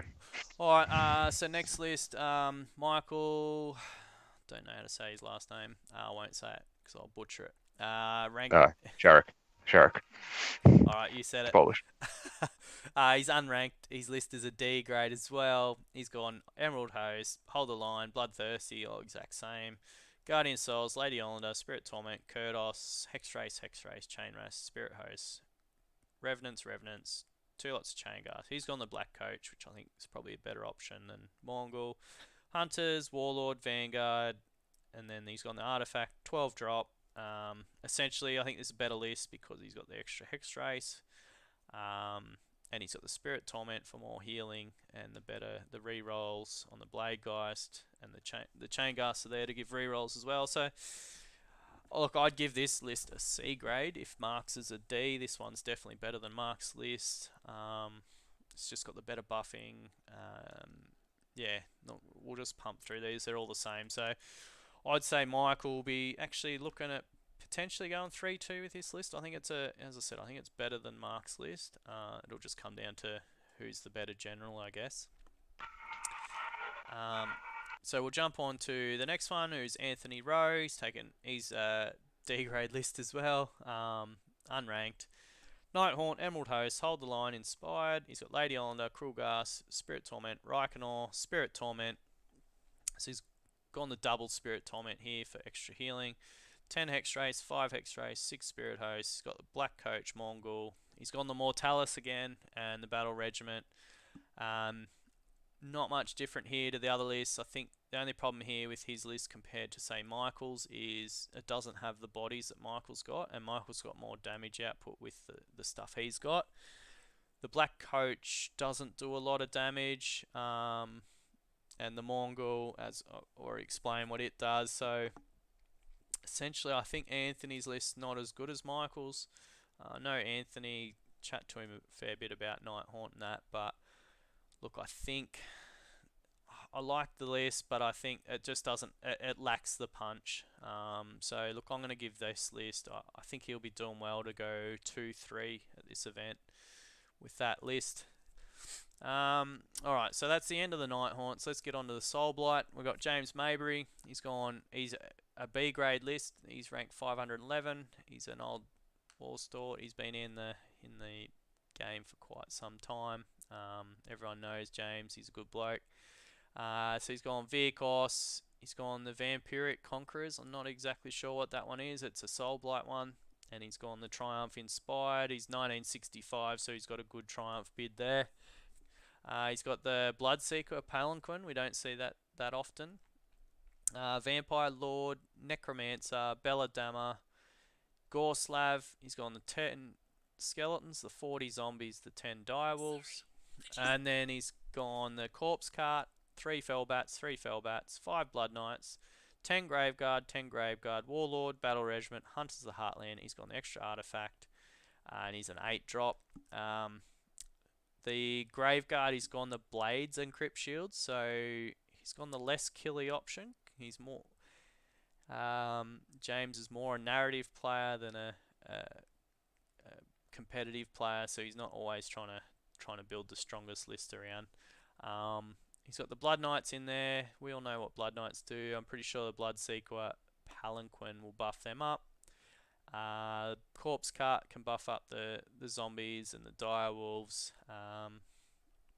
Necromancer makes stuff pile intact twice, but he's sort of with units of 10 skeletons and Graveguard. I guess maybe on the zombies will probably benefit most from that. Yeah, he doesn't have any real big hard hitters in this list. He's got a lot of just stuff. I think he'll have a lot of fun with it, and it'll be good to see. And this army will be painted quite well. I think he'll be right up there with the painting scores, and he'll put his number one model in for the number one painted model. But yeah, I think look, he'll have fun. I think the list itself is probably a 2-3 at best. I think I wouldn't say it's a B grade list. I'd give it almost a C. I think it'll struggle. Yeah, I think I agree. It's probably a bit overrated there on the B. There's a few sort of list building things that I wouldn't have done myself. The palanquin's an odd choice, right? We don't see that very often, especially when the Coven Throne's around. He's got the points to include that instead. And it's a really similar unit on the table, but has a much better command ability. Yeah. Gorslab's an odd choice with only 40 zombies. Usually you take Gorslab to bring back the big units of 60 zombies, and you see him in those lists with 120 zombies in them. And you're right, those units of 10 Graveguard, especially with the White Blades, mean that he's not going to have that much of a punch in the list, because that Bloodseeker Palanquin doesn't hit that hard. So there's really nothing in here that's a really big hammer. Yeah. Essentially, the Crypt Shields are almost pointless taking. They give you +1 to your save rolls, so you can get that with all-out defense anyway. You're almost always better off going with the Great White Blades for the 2 damage instead of 1. But yeah, that's James's list. So we'll go on to the next one. We've got Jason Brown, who's been given an A tier list. He's ranked 46, and he has gone Soulblight Gravelords. He's gone Virkos, Prize Sorcery, Indomitable. He's gone with Manfred, Necromancer, Vampire Lord on Zombie Dragon. He's gone 10 Wolves, 10 Skellies, 20 Graveguard with the Great White Blades. And then he's gone another unit, 20 Graveguard with Great White Blades. I don't know why. Who's his general? His general is the Vampire Lord. So that first unit of 20 should be in units, not battle line. He's gone Warlord, Battle Regiment, Hunters of the Heartland. 1995 points, so he's triumph more often than not. He won't get it, and he's come in at 7 drops, so he won't very often get the choice of first turn either. I think this list is much better than James's list. You've got 2 big units of Graveguard. You got your Vampire Lord on Zombie Dragon. You've even got Manfred. It packs a lot of punch, this list. It's essentially the same list. You can talk about this one, mate. Yeah, go ahead. Yeah, those 2 units of Graveguard help sort of cover each other. You'll have direwolf screens for them as well, so it's going to be a neat little sort of castle that's hard to break into. Or alternately, you can drop them out of the grave sites and have those direwolves screening them straight out of a grave site. So there's lots of different options and lots of ways to buff them. Obviously, he's got that Vampire Lord with Pack Alpha as a free command point every turn, and that gives one of those summonable units +1 attack, and it lasts till your next hero phase. So he gets to use that +1 command, that free command point really efficiently. He can keep buffing up his units and have these 3 attack Graveguard. They're very hard to crash into, even if you've only got 5 or 7 Graveguard. When they swing back, they'll still do a lot of damage. And being supported with the Vampire Lord and Zombie Dragon and Manfred, he'll have some mobility in the list as well. So he'll be able to snag a lot of the smaller units at the back lines too. Yep. Yeah, so there's quite a few different buffs that can happen here. So you've got your Vampire Lord command ability giving them +1 attack. If Manfred attacks first, and they're within 12 of Manfred, they get another +1 attack. And then if you've got a Necromancer, they can pile in attack twice. So essentially, 20 Graveguard are fighting, doing 80 attacks, fighting twice if they don't die in between. Not much is going to survive that. And then Manfred giving them +1 to hit and wound as well. There's some really good buffs and stuff like that in this list, and people need to be careful of that. And it's actually got quite good defense against shooting, because you can set up those Graveguard in the graves and not worry about having them sniped off turn 1, for example. So yeah, I think this list is definitely A tier. I think it'll go. Well, I'm gonna say a 4-1. Depending on matchups, I think a strong 4-1. I think it's a strong list, but from the rest of the matchups I see in the meta, I think there are a lot of things here that Soulblight will struggle with. A lot of the save stacking lists and the ones with the Khorne Demon Prince halving charges is a really big deal for Soulblight too. Well, the good thing about Graveguard is their horn, they always charge 6 inches, so it can't be halved, so that's always good. So if you're 6 inches away, you're still getting into combat. But yeah, essentially the other things will suffer. Alright, so on to William Gates. He's got an A tier list as well. He's ranked 220, got on the Soulblight Gravelords, Virkos, Hold the Line, Bloodthirsty. He's gone Bella, Manfred, Radica, White King on Steed. Oh, that's Radica the Beast, sorry. Then he's gone 60 Zombies, 20 Graveguard, 20 Graveguard, Umbral Spell Portal, Battle Regiment, Command Entourage, 2,000 points, 4 drops, so he doesn't get the Triumph. The Umbral Spell Portal is good for Belladama. She can cast her spell through it and summon direwolves onto shooting units, which is really annoying for people with shooting units. Manfred does what he does. Radica the Beast brings along 10 direwolves with him in the first turn. White King being general means the Graveguard of Battle Line. Yeah, so essentially I think he's just gone with the big hard hitter Battle Line, and the 60 Zombies as a bit of a screen. He's still got Manfred and Radica as well, can do pretty decent damage. I think personally I'd be more worried about Jason's list than William's list. I think Jason's list is slightly stronger, as it's got more screens and it's got it's got the 4 big threats sort of thing, where this one's it's got the 4 threats, but I feel Radica's not as much of a threat as a Vampire Lord on Zombie Dragon, so yeah, the lack of screens will be a big problem for this list, because those Graveguard only have a 5-up save and 1 wound each, so they'll fall apart pretty quick if they are on the receiving end of a charge. And I do also think the artifact choice here is a bit odd. That Ulfencarnian Phylactery is a very weak artifact. Surprised he didn't take an Arcane Tome there in that spot. Yeah, that's the problem, I guess, with Virkos, is their artifacts are pretty rubbish. So the Belladama tech piece with the spell portal is really handy, but it is a bit meta dependent. Last time I played with it, I came up against a lot of cities lists with big blocks of 31 wound shooting models, and the real challenge is if you're coming up against something like Stormcast that are 2 wounds each, you have to cast the spell and get the 2 wounds to kill one thing. Yeah. There's a lot more chances for it to fail if you're not coming up against the right list. So we'll see if those lists come up in the order section.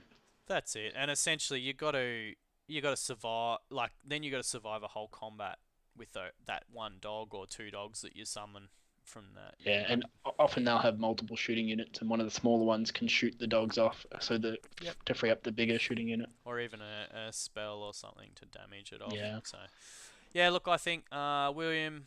Look, if I'm saying Jason's a strong 4, I'm going to say this list is probably a 3, 3-2. I don't think it's anywhere near as strong as Jason's list. Not as well rounded. Alright, so start of the order list. So this is the last lot of lists, I think. So we're on to... Oh, sorry. Hey? I made a mistake. I accidentally put Corey. I apologise, Corey. You are not an order player.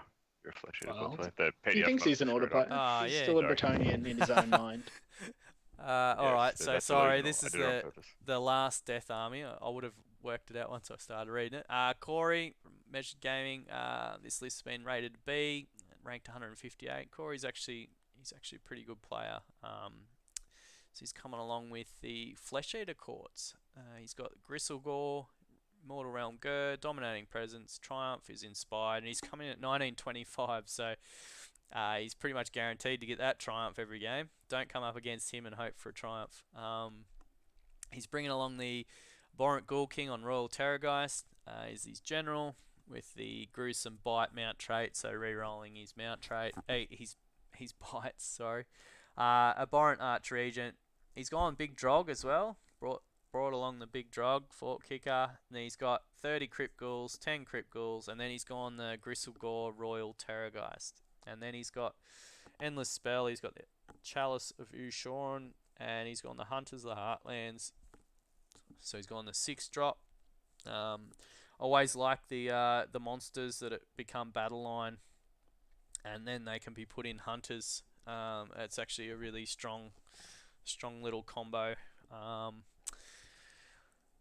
don't know, this list, you've got to remember there's summoning with the Archregent and the Ghoul King, so they're bringing on extra bodies. And then you've got some pretty hard hitters here with the Terrorgeist, the 2 Terrorgeists, and then the big Drog Fort Kicker. So I think this list could catch some people out. The Archregent can bring on Flayers or whatever from a board edge. I think the Terrorgeist can do Flayers as well. So he's bringing on quite a lot of extra bodies. He's got the spell, the extra attacks from the Archregent. It's an interesting choice to take Big Drog instead of a second Ghoul King on Terrorgeist. I suppose Big Drog is a bit less dependent on buffs, but then he can't use the command ability to fight twice. I think the big issue is you can only use the command ability once anyway per turn. So if you're charging him with your general, you're going to make him fight twice. And then the other thing is you can't use the same mount trait anymore. So you can't have Gruesome Bite twice either. So I don't know. I think it's actually not a bad choice. Big Drog hits hard. He's got a lot of rend. He actually probably hits harder than a Ghoul King, to be honest. Without the mortal wounds, he does a lot of damage. So yeah, I think it's not a terrible list. It looks different, but I think it'll pack some punch. Yeah, look, I think it's a B grade as well. I think he'll easily go. I think he should go 3-2 with this list, easy. Maybe a low 4-1 possibly, depending on how many shooting lists he comes up against, I guess. All right, so that's the end of death. Let's get on to the order list. So the first cab off the rank is Adam Cohen. Apparently it's a D grade list. I don't know a lot about Karajan, so I'll get Dean to talk about it, but I'll go through it first and then he can talk about it. Adam's ranked 416. He's KO, Sport, Skyport, Barak, Urbaz, Mortal Realm, Shimon, Grand Strategy, Hold the Line, Triumph, Inspired, and he's got a good Triumph bid at 1935 as well. Scorn the Carriage and Code, whatever that is. Aether Chemist, Engine Master with Drillable Suit, 1 Grunstock, Gunhauler, 3 Engine Riggers, and the double Ironclad. And he's got the Everblaze Comet with the spell in a bottle. So I'll let you talk about this one, Dean. Yeah, so I'm interested to see the double Ironclad list in action, but I think this list has a few interesting choices. I'm surprised there wasn't an Alpha Beast Pack taken. You can put those 2 Ironclads in that Beast Pack, and instead of getting I think D6 move, they can fly high in the first turn, so you can actually reposition them anywhere on the battlefield. It's a really powerful option. I'm surprised that wasn't taken here. Unfortunately, having that Aether Chemist as a general means he's got to take that Chemist Supreme, and that means that's normally a buff for the infantry in the army. Obviously, there's only 1 unit of infantry here, and it's only 3 Endrin Riggers. So there's a bit of a waste there too as well, and I think those were sort of missed opportunities for the list. Other than that, lots of mobility and some fairly powerful long-range shooting, especially with that Everblaze Comet. I think the helpful thing about that Comet is it breaks up castles a little bit. If people put all their units together, the Comet does a lot of damage, but if they spread them out, then the Karajan list with all these boats can pick up the whole army, deploy in a really sort of niche area, and just pick off one thing on the edge of the army, which is really hard to do if it's all castled up. So, yeah, I think D might be appropriate just for those missed opportunities. It has a bit more power in it, and I think Karajan have sort of struggled in the meta, is what I've found. Yeah. So, yeah, maybe a 2 and 3 or a 1 and 4. Alrighty. Okay, so let's go on to next list. Nigel Weir, B grade list, unranked.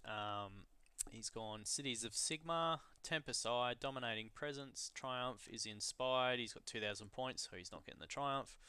Leaders are Black Ark, Fleet Master, Sorceress, Doralia Van Dest, Lord Relictor, Celestant Prime, Hammer of Sigma, 30 Black Ark Corsairs, 10 Dread Spears, 1 Gyrocopter, 1 Gyrocopter, and 2 Arcanaut Frigates. And he's gone the Alpha Beast pack with those frigates. He's gone the Warlord, Hunters of the Heartland, Battle Regiment. He's got an extra artifact, and he is at 9 drops. What do we think about this list? It's got a bit of everything in it by the looks of it. Yeah, so you don't often see Black Ark Corsairs, so I'm not sure how well they perform on the table. There's a lot of points put into those, but it is interesting to see this player, Nigel's taken the Alpha Beast pack there on the 2 frigates, and so he'll be able to do that pre-game move to deploy those anywhere he likes, and in that cities list I think that'll be really helpful, especially with like the Celestant Prime being able to drop down and give them support later on. Being able to tie the enemy up in a really awkward spot I think will be really helpful for this list, and especially they got that Doralia in there as well.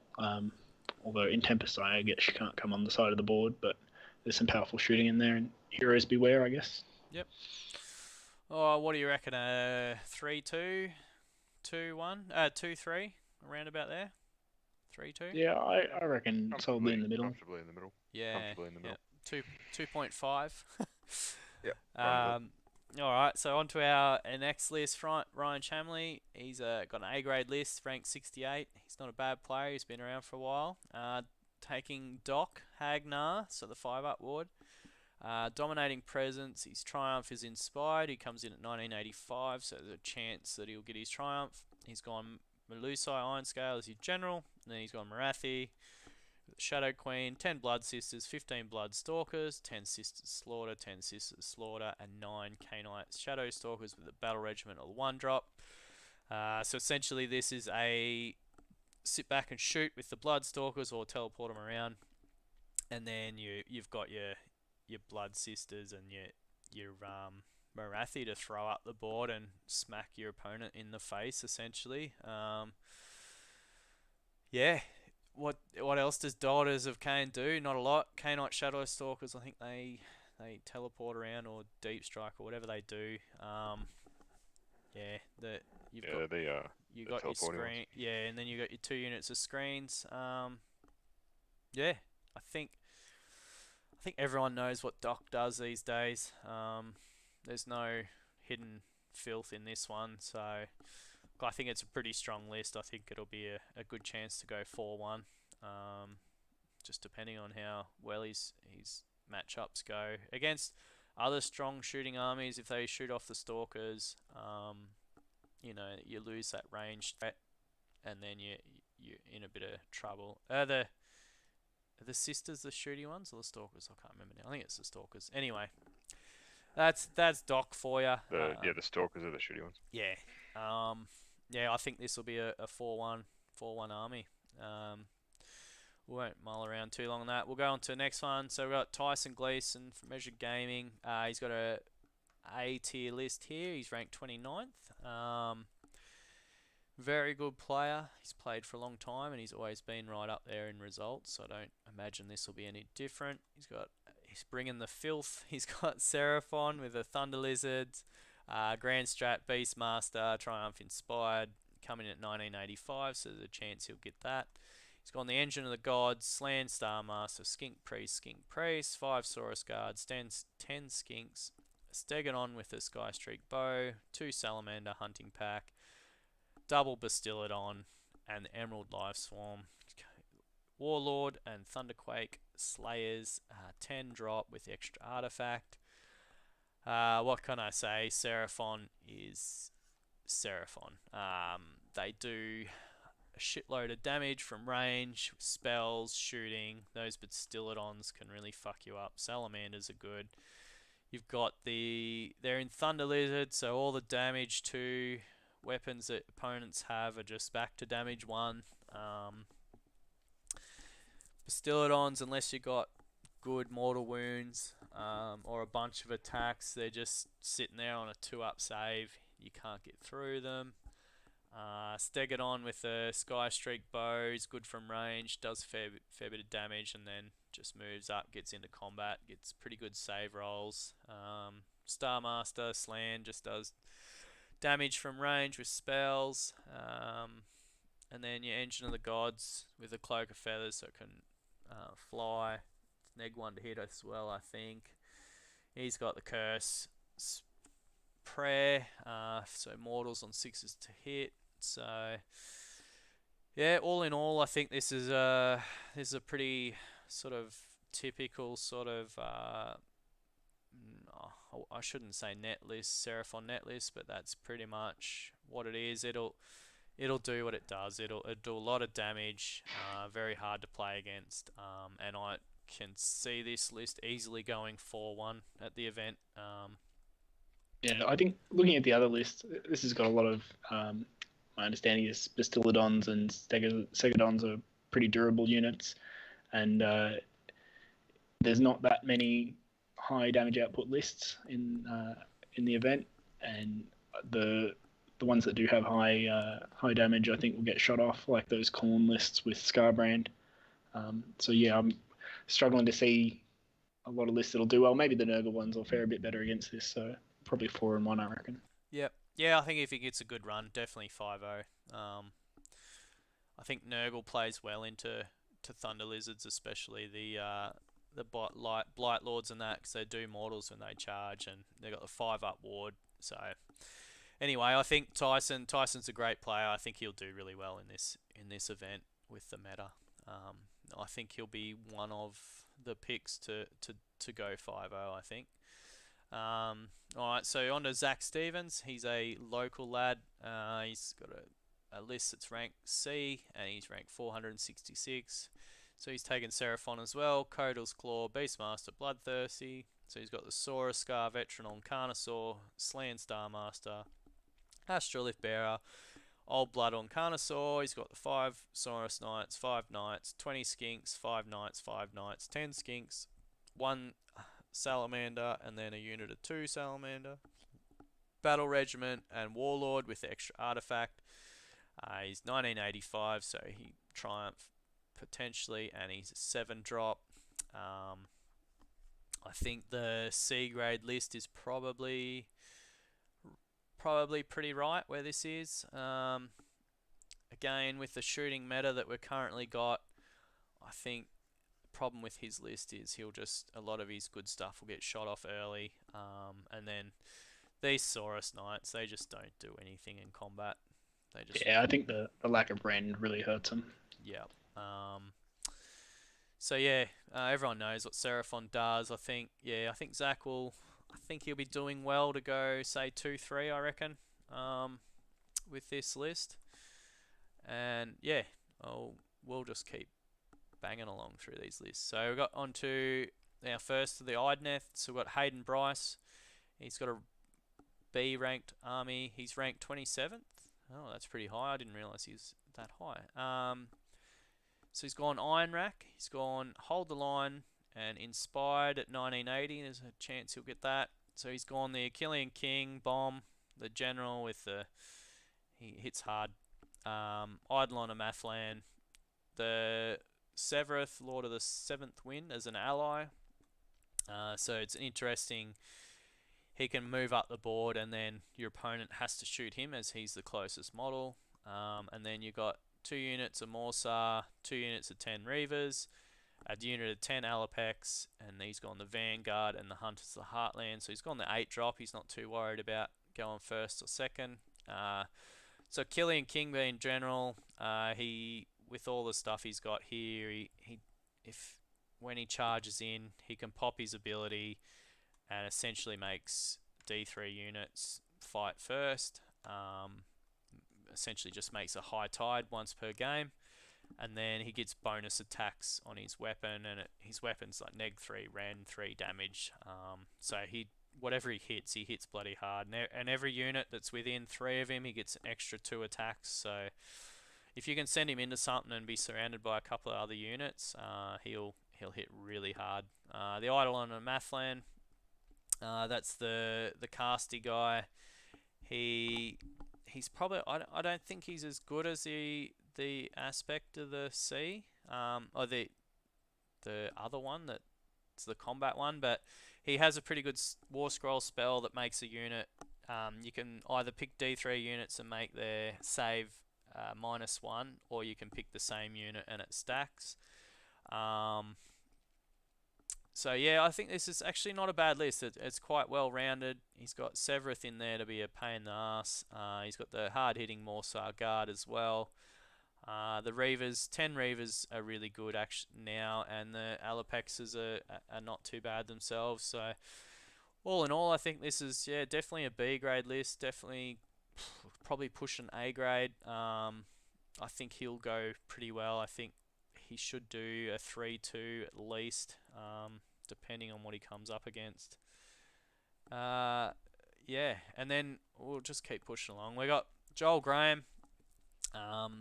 He's got an A grade list, ranked number 1. Very good player. He's been one of the best players in Australia for the last couple of years now. He just takes pretty much every list possible, and he does really well with them all. So he's a very accomplished player. Been doing really well. I think he's going to event. I think he's going to Sydney GT with a similar list this weekend. So I think he'll do pretty well there. He's gone the Idneth Deakin. He's gone Dom Hayne, Hold the Line, Inspired. He's gone the Killy King again. He's got the Eidolon as well. And he's chucked the Lotan in for the +1 to wound bubble. He's gone 6 Morsar in 1 unit instead of 2 units. He's gone 10 Reavers, 20 Thralls, 10 Thralls. And then he's gone a unit of Dragons, the Storm Drake Guard, which is quite interesting. And then he's gone the 1 drop. I think this is actually a really good addition to the list. It makes the list so much better. It's got that really hard to kill factor, whereas a lot of this other stuff, if it gets hit, can die pretty easy. Having those Storm Drake in there just makes the list just that much stronger. I think he'll be another one of my favourites to take out the event. If not, it'll be a very high 4-1. As I said, he's very accomplished, very good player, so he'll do well at the event. I'll keep banging through these Idneth lists. They're all very similar. So we've got Chris Welfare, another great player, A tier list, rank 40. He's gone Idneth. He's gone Morphan, Hold the Line, Inspired. He's gone the Killy King again, a Killian Thrallmaster, Soul Render, Soul Render, Soul Render. He's got 3 Soul Renders in Morphan. They get +3 to their summoning back. He's gone the Lotan as well. 20 Reavers, 20 Reavers, 20 Thralls, and 1 unit of Alapex. Double Warlord and a Hunters. He's gone for the Triumph, and he's gone for the Artifact. So being at 1940, there's a good chance he'll get the Triumph in most games, so he'll get the double Triumph. 10 drop, he's not worried about who goes first. Yeah, most of this is the same except the Soul Renders, so they'll be hanging around buffing the Reavers and Thralls. They've got an 18-inch, I think it is 18-inch or 12-inch aura now of bringing back models, so they're actually really strong. The Thrall Master obviously can buff one of these units and help keep them alive or make them more killy. Yeah, it's it's Idneth. It does what Idneth does. I think Chris will definitely be pushing 4-1. I think against other shooting armies he might struggle a bit with losing the bodies early on, so we'll see how he goes. But yeah, I'll give him a 4-1 as well. And then we go on to my list. Been given a B grade ranking, ranked 10th. Gone Idneth as well. I've gone Nautiler. I've gone the grand strategy with Creeping Gloontide, and I've gone Inspired Triumph with 1990 points, so won't often get the Triumph. I've gone a bit different to all the other lists. I've gone the Tidecaster as a general, so I can flip the tides and fight first turn 2. I've gone Volturnos instead of the Killy King. I've gone the Soul Scryer with the Prayer to Heal, and then I've got the Leviathan becomes Battle Line in Nautiler, and he can get neg 3 rend on his mount attacks. And then I've got 3 units of Reavers, and then I've gone a unit of 2 Alapexes with the Emerald Life Swarm and the Battle Regiment for a 1-drop. Essentially it's a similar list to the other ones, but it works differently, as in the flip the tides. And then, Volturnos gives buffs on turn 2. And Volturnos always hits hard even if opponent charges into you, as opposed to the king sort of only hits hard if he charges. And then I've got the Soul Scryer for deep striking as well if needed. I can take up to 2 other units with him and just come in on board edge. So yeah, another similar list. I don't know. I think it's should be a 4-1 list. Do you guys think similar? I don't know. It's hard to try and give a thing on your own list. It's a new book, and haven't played against them. Bets on yourself, eh? No, I think these other lists are probably slightly stronger, and that it's sort of reflected in the A's and B's. So yeah, we'll see how it goes. I do think in Joel and Hayden's list, having the unit like the Stormdrake Guard or that Severeth to draw fire at the start of the game is an interesting choice. And I'm not sure if you're doing the same thing there, but I can't see anything in your list that would work quite the same way, or in Chris's list. No, I don't. But I guess mine's different. I have the Leviathan, so essentially he's a 2-up save, and then I've got lots of healing to keep him on a 2-up save, as opposed, so he can be probably a lot of the time can be my front line to soak up the shooting. Yeah, so I don't know. Yeah, sorry. I don't know if as a book, their allegiance abilities are such that they're actually like their War Scroll choice will define like how your list individually plays, but I think the real strength is their actual allegiance abilities in the Forgotten Horrors and the way the tides work. I think is just so strong and it meshes so well with the rest of the book. So all these lists, like although we've seen them all different, and I do like Joel's Stormdrake Guard a lot, but I think they'll all perform quite well just because the book is like it's a really well thought out book from the allegiance abilities all the way through. So I'd expect all of you to do quite well based on these. I think they're they're really great lists. Yep. Alrighty. Let's go on to the next one. What the fuck? Alright, so Andrew Armstrong has been given a D grade list. He's unranked. He reckons he's coming dead last. He's got no idea what he's doing. I'm taking stuff that I think looks cool and let's get drunk. So he's gone with Stormcast Eternals, Celestial Vindicators, Grand Strategy, Hold the Line, Triumph. He didn't even bother. He's not here to win. He's gone the Celestant Prime, Lord Arcanum on Celestial Dracoline, 5 Libs, 5 Sequitors, 3 Annihilators, 3 Praetors, 3 Annihilators with Meteoric Grand Hammers, 6 Castigators, 3 Prosecutors with Celestial Hammers, and a Celestar Ballista. Nick, you can talk about this list. You are yeah, I love Stormcast. Yeah, so I've known Andrew for a long time, like since we were kids. I messaged him when I got this and I was like, what the hell are you doing? And he's like, oh, I literally have no idea what's going on. So he has actually not played since the last Border Wars, and I'm not sure how he did then, but yeah, obviously that's what it is. Look, nothing in this list gels. There's absolutely there's no synergies here, which is difficult to do in a Stormcast list when there's synergies in every War Scroll. But like say, taking Castigators with no Evocators to buff them, taking Annihilators without a Imperatant to give them the closer drop, taking Arcanum on a Dracoline without any Evocats to buff. Yeah, it's enough. If he wins the game, I'll be surprised. He's missing a command trait and an artifact when you could have had both. But I respect. I think the inclusion of this list does something really, really wonderful because there's going to be a player somewhere who's matched up against Stormcast for like the 3rd time in the tournament or something, and they're going to see it Stormcast and have played against all these other Stormcast lists, which look pretty powerful in my opinion. And then they're going to see that it's Andrew Armstrong's list, and they're going to breathe this sigh of relief. And I think he's a legend for providing that relief. Oh, wow. Yeah. All right, well, what do we reckon? A 1-4 with this list? I don't think he's going to win a game. Oh, I'm going to give him a 1-4. I think that Celestin Prime's going to come down and just smack someone off the board. All right, I'm going to give him a 1. I'm going to give him a 1 win. Now for the polar opposite. Yeah, now we go from a D grade to let's go to Joel's list, who's A grade. very accomplished player, ranked 30 overall. He's bringing along his Stormcast Eternals, Hallowed Knights, Dominating Present, Triumph Inspired, coming in at 1970. There's a good chance he'll get his Triumph.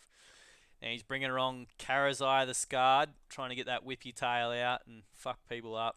Garda Steel Soul, Lord Relictor, Lord Castellan, 5 libs, 10 Judicators with Boltstorm crossbows, and he's got 3 Praetors with Command Entourage, Battle Regiment, and then he has the Holy Command, Thunderbolt, Volley, Prayer, and he's gone the 4 drops. Take it away, Nick. Yep, so this list, again, so obviously relies on buffing up Karazai and throwing him up the board. So we've got the Castellan, so he'll be sitting on a 2+ save pretty much at all times, with +1 to wound either from the Celestial Blades or from his Triumph. He's got Exploding 6s from the Blessed Weapons. Divine Light gives rerolling 1s against a unit. And then we've got Gardas there to keep him alive, so it's a 5+ ward, and then we've also got the Praetors. So the Praetors will be most likely attached to Karazai, so they're 30% of the wounds that get assigned to Karazai will be getting saved from Gardas's aura, and then another, I can't do maths, but a fair chunk of them will be going to the Praetors, and then another 30% of those will be going. So Karazai is extremely difficult to kill. But because of Gardas as well, you can't just target the Praetors and knock them off the board. Yeah. Because they'll have the ward from Gardas as well. So this, like, there's obviously not a lot on the board, but it's quite strong. Also, the Judicators with the bolts from crossbows, we don't see them a lot because everyone's kind of opted into long strikes, which I think is actually a bit of a mistake. With the Thunderbolt Volley, he can order them to shoot in the hero phase and then translocate them with one of the Relictors, probably the High Priest one, to take out stuff like long strike raptors, any screens, anything else like that, and they can shoot twice in that turn. Per point, they're actually the most effective shooting unit in the Stormcast book, and the only time they drop off is against 2+ saves. So they're actually, I think, they're really, really good for their points. I expect Joel to do quite well with this list. If he doesn't go into another shooting list, I think he'd do quite well with this. Yep. Yeah, I think the only thing that with the crossbows where they fall down is they're shorter range shooting, so they have to sort of get closer with their, you teleport them in and shoot, but then they're at risk of then being taken off the board in your opponent's turn. That's why they're very risky, but their damage output is really good. Yeah, I just find the neg 2 rend from the long strikes is just and the mortal wounds is just dumb, and that's why people take the long strikes. And you can keep your long strikes safe, but yeah, I think you pretty much summed it up well. I think Joel will.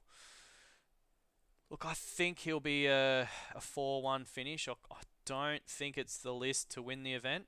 I think it'll... Yeah, I think against some bad matchups, if people can actually take care of Karazai or the Judicators early on, I think he's probably in a bit of trouble. Or even Bellicor. Like, we've got 3 Bellicors in the event. If he draws one of them and Karazai gets locked down for a double turn, like that's significant. Yeah, it's a lot of points with all these guys not being able to really buff him, and they're buffing points as well.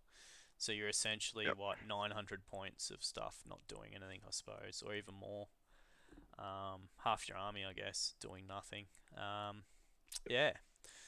Alrighty, so we'll go on to the next one. Brett Martin, got an S tier apparently, unranked. Stormcast Eternals, Scions of Storm, Hammer Sigma, Hold the Line, Triumph Inspired. He's gone, which total points is 2,000, so he's not getting his Triumph. He's gone Lord Relictor, Knight Judicator.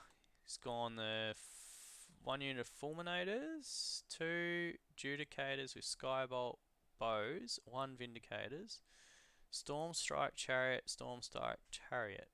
What am I missing? Why is this an S tier? So they're 4 fulminators, so that's a unit of 4, and then the 15 adjudicators with the skybolt bows, and then a unit of 10 block of vindictors. Stormstrike chariots are good for 165 points. They're very fast, they're durable, so less like 16 wounds on a 3+ save. I think they move 12 or 14, like they're pretty quick. Yeah, I don't know if it's an ST. I don't think it's S. I think a lot of armies won't be able to remove the fulminators. And once they hit, I would presume that he'll have the fulminators in the middle, and they'll be flanked by the chariots to protect them. Put them in, but so they can get buffed with celestial blades, +1 to wound, which is good. But he's got no pluses to cast. He's only got the one hero too. Yeah, the Judicator, I don't rate it for 200 points. Once that buffing hero is gone, or out of range. Like you lose, he's your general, so you're losing your command points. You're losing a lot. I really don't think this is an S tier list. No, I don't think so. I honestly would go B grade at best. That's just my first look at it. I think Joel's list is a lot better. I agree. See a matchup where they get the mirror match against a 1-drop with the long strikes, and you can snipe that Relictor and leave the big unit adjudicators sitting in the middle of nowhere without a teleport. Yeah. I think Joel was. I don't think this is S tier. I think it's A. Probably closer to B. I reckon B. Yeah, I'd say B. All right, so I reckon Stormcast 3-2, 3-2 with this list. I'm gonna say. Yeah, look, it's still Stormcast at the end of the day. Fulminators still hurt, but 3-2. So I think 3-2 is fair. Yeah.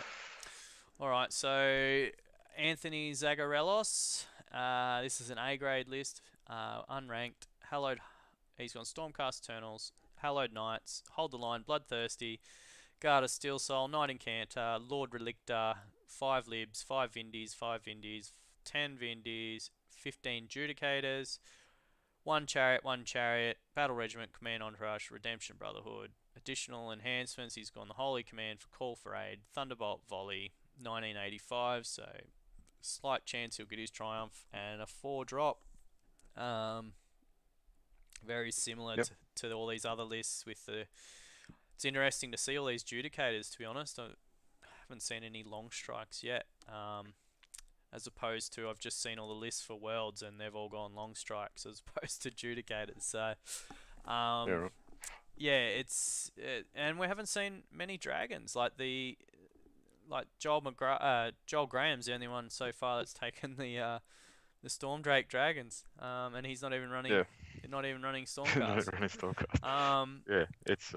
It's interesting. It's good. Don't speak too soon. You'll see the next list. Yeah, but there's a couple. So far, this is good to see. Yeah. It's we're almost at the end. Nice to see more different ones.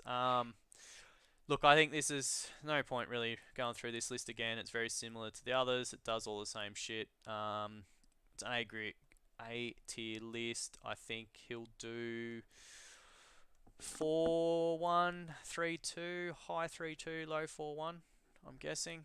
Yeah, I agree with that. So all these Redeemer units, they count as 3 on objectives. Yep.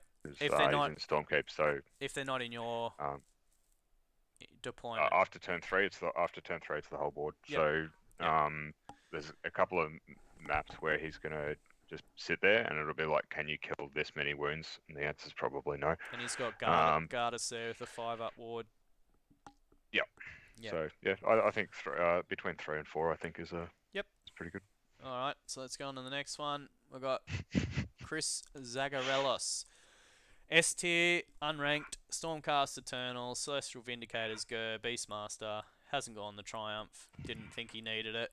Knight Draconis, Lord Relictor, 5 Vindies, 5 Vindies, 5 Libs.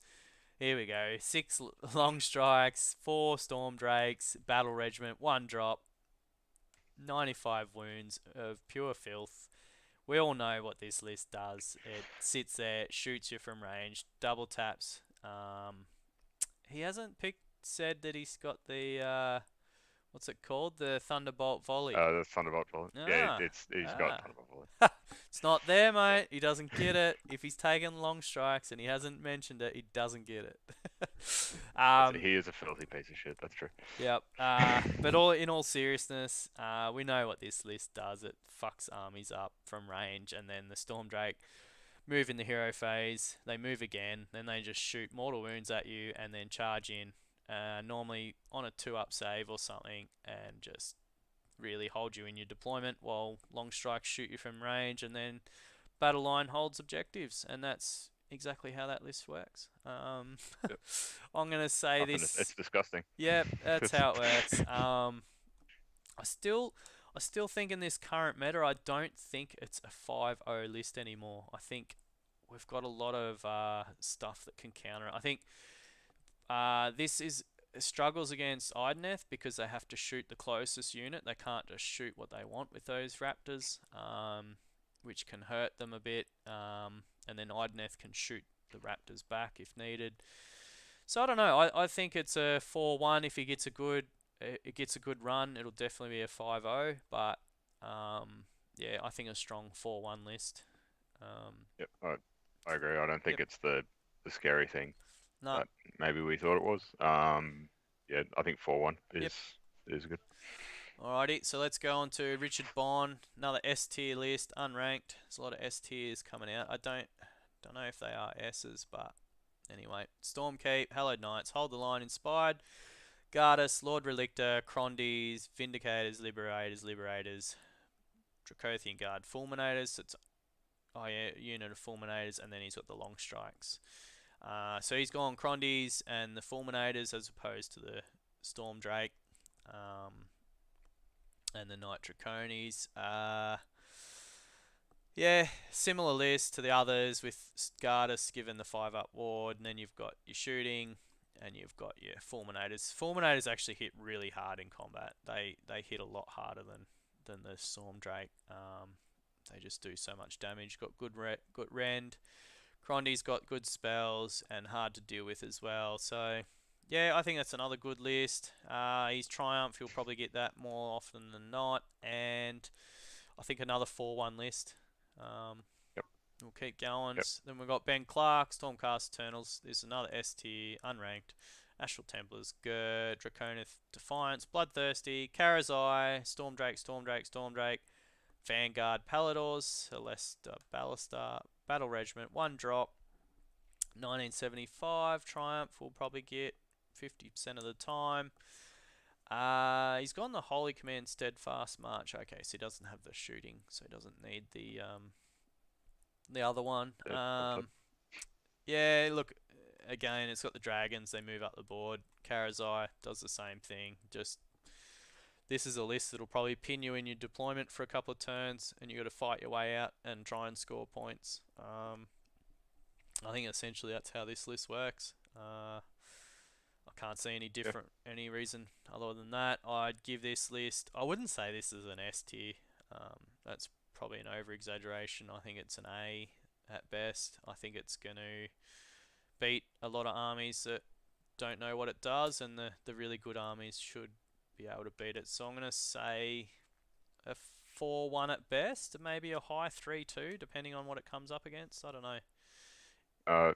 I'll say 3 because I know Ben and he hasn't played in a very long time. Okay. But when he did play, he was a very good player. The Paladors are interesting. You don't see them a lot, but they're extremely mobile. They can teleport around the board, which is really, really great. Yeah, I reckon 3. Alrighty. Let's go on to Chris Wilson, A tier, 476 rank. He's gone Stormcast again, Signs of Storm, Knights of Excelsior, and Hold the Line Inspired. He's 1965, so there's a lot of good Triumph bids in these lists, like really low numbers. We've got Lord Relictor, Indrasta, Lord Imperatant, Lord Relictor, 5 Vindies, 3 Annihilators, 6 Annihilators, 3 Long Strikes, Warlord, Battle Regiment, 6 drop. I don't know if the 3 Long Strikes are worth taking. I think you need to go the 6. Anything that has shooting can easily kill 3 long strikes. He's got the deep strike with your Annihilators. Yeah, I don't know. What am I missing here? I think there's a lot of points tied up in these Annihilators. Yeah, I don't think this is an A tier. I'd give it a B, and I'd say a 3-2 at best. Yeah, I think if you drop Indrasta for another 3 Vanguards, I think that'd be a much better list. Yeah. Indrasta's not worth 320 points at all. Especially not in the Stormkeep. That's just me. But yeah, look, I think it's a good list. It's still a strong Stormcast, still strong. Grandhammer Annihilators hit really hard. Yeah, I think 3 games is good. There's a bit of a mismatch with taking Indrasta with the long strikes and the Annihilators. The problem with Annihilators is you can screen them out from the deep strike charge, and if you've got long strikes as well, you can sort of shoot the screen and get the Annihilators in. But Indrasta's a lot more defensive. I think she works better with the other paladins, where you're setting up more of a castle, and she can sit in the middle, healing your whole castle. Sorry, just to the chat. No, I will not be letting Chris change his fucking list. He missed out on, what do you call it? He missed out. The Thunderbolt volley. Yep, no Thunderbolt volley. Unfortunate. All right, so let's go on to. Is this the last of the list? It is. This is the last page. There's three to go. Yep. Yeah. So we got Ben Murphy. He's got a B grade list, ranked 482. This is the first. Oh, we only got one LRL. Lumineth Realm Lords, Great Nation Helon, Hold the Line, Inspired, he's at 1980, so he might get it, might not. Hurricane Windmage, Severeth, he's got the Warden, 10 Wardens, 20 Sentinels, fucking 2 more Spirits of the Wind, Spirit of the Mountain, and Battle Regiment, all in one drop. He's got the 3 Foxes. If you've never played against them, don't ever wish to play against them because they're fucking shit to play against. They just lock you in combat and they move in your movement, their shooting. They just move all the time and just be dicks. Essentially, if you don't have any shooting, you can't deal with them. And then he's got quite a bit of shooting in the list. So, yeah, this is not a bad list. I reckon it's probably a higher than a B grade. I think it'd almost be an A tier list for what it can do. Yeah, I think if he plays it well, he could go 4-1 with this list. I'm guessing he's probably more like a 3-2. But yeah, if you don't have any way of dealing with the bloody Foxes, it's an uphill battle this game. Alright, so Fire Slayers, I'll read it out and I'll get you to do it, Dean, because I don't know Fire Slayers, the new book. So we've got Nathan Thompson, B grade list, 85th rank, so not a bad player. He's taken Fire Slayers, he's gone the Lofnir Lodge, Beastmaster, Bloodthirsty, 2,000 points, he doesn't get his Triumph. Auric Runefather on Magmadroth, Auric Rune Master, Battlesmith, 10 Volkite Berserkers with bladed sling shields, 10 Berserkers with the sling shields, Auric Rune Sun on Magmadroth, Auric Rune Sun on Magmadroth, Auric Rune Sun on Magmadroth, 10 Black Ark Corsairs, Hunters of the Heartlands Warlord, come in at 9 drops, and those Magmadroths I do know hit hard, so take it away, Dean. Yep. So, like you were mentioning earlier, being able to take those Magmadroth as battle line, he can put them all in Hunters, so he can be immune to the Monstrous Rampage, but can still do Monstrous Rampages himself, which is really neat. The general there, that Runefather on Magmadroth, has a command trait to let him fight twice, and that artifact is a +1 rend and damage artifact. The trait there is -1 damage received. So that thing's going to be very smashy for one turn of the game, because that fight twice ability is only once per game. They'll be able to use the allegiance abilities for a once per game +2 rend as well. So this guy could have sort of 4 rend, 5 damage, fighting twice, and the whole, he's on a Magmadroth, so that thing's fighting twice as well.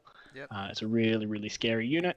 And then because he's in Lofnir, you'll see that note there, the Magmadroths all have 18 wounds each. So it's a really durable list, moves pretty quick. They reflect wounds back on you in melee on a 4-up. So there's a lot of sort of extra damage coming out. The The Volkite Berserkers won't be doing much. They sort of stand around and hold objectives, and I suspect those Corsairs are just because there aren't many things that cost 85 points in the book. Yep. One neat thing I think in this list is that Battlesmith inclusion. Normally the Battlesmith, you want to take him for the rally under 4-up, but there's not much here that benefits from that. I think he might be using him for 6-up Ward Aura, so that he can deploy all the Magma Droths around the Battlesmith turn 1, and if he gets turn 1, you can actually turn that 6-up ward into a 5-up ward once per game, so be able to pop that, move the whole army up into the middle of the table with that 5-up ward, and survive that round of shooting and get across the table. So I like this list. I think it's really interesting, and I've played with the Magma Droth. I think it actually has legs, and it'll do, I reckon, 3-2 with a chance at that 4. Yep. I think from what you've just explained, I think there's a good chance it'll be a 4-1 list, because there'll be a lot of people that will play against this list and not know what it does, with it being such a new book. And yeah, those Magma Droths with 18 wounds and bouncing back mortals, they're going to be really hard to deal with. So yeah, I think it's a pretty decent list, and I think it'll pretty good chance of it going 4-1. So that ends the normal list. The last list we've got here is just the Buy-Buster, the Gumby list that Nico's taken. If we end up with odd numbers on the day. So it's Stormcast Eternals, Hammers of Sigmar, Prize Sorcery Inspired, Knight Vexilor, Lord Arcanum on Celestial Dracoline, Knight Incanter, 5 Sequitors, 5 Sequitors, 5 Sequitors, 6 Castigators, 6 Castigators, 3 Evocators on Dracoline, 3 Evocators, and a Celestar Ballista, Hunters of the Heartland, Battle Regiment, Holy Command, Call for Aid, 4 drop, 2,000 points, doesn't get his Triumph. Take it away, Nico. Tell us about your hot list. Alrighty, so I've been wanting to play Castigators since I started playing the game because they look sick. And I bought a bucketload of them before the new Stormcast book came out because I anticipated that they would be getting a buff. Obviously, I was wrong. They're still terrible, but they look mad. And I've got 6 Dracolines that I painted up really nicely, and I really want to use them. Everything has the Sacrosanct keyword, so it's all the magic users of the Stormcast, except for the Vexilor. Again, I'm taking him because I like the paint job I did on him. Other than that, it's just a themey list. Obviously, I don't want to go super hard with the Gumby list. If we do Gumby, I'll just play the last ranked player. Nice, friendly game. And it's chill out, have some beers, and roll some dice. So it's a lot better than the first list you sent me. The first list was pure filth. I had to make you change it. Oh, come on. Fucking 50% filth. He wanted to come and win his own event with a Gumby list. Yeah. No, it should be good. Awesome. Well, that brings us to the end of the show, guys. Thanks for jumping on, and thanks for watching. We've all had a bit of fun there, and I see the chat went pretty wild. We had quite a few messages through the night. I didn't keep up very well. Sorry, I was too busy reading out lists. But yeah, I think it all went well, and I think I'm looking forward to the weekend. We'll try and do a matchup review show. If we don't get time, we'll post the matchups in the chat on the event. But yeah, anything else you guys want to say? Yep. So I'll bank the army lists will be visible as of right now. So they should be visible. If you can go on down under pairings, you should be able to see everyone's lists. And we'll do the draw at a later date. I've got a buckload of stuff on, so we'll see what I can do there.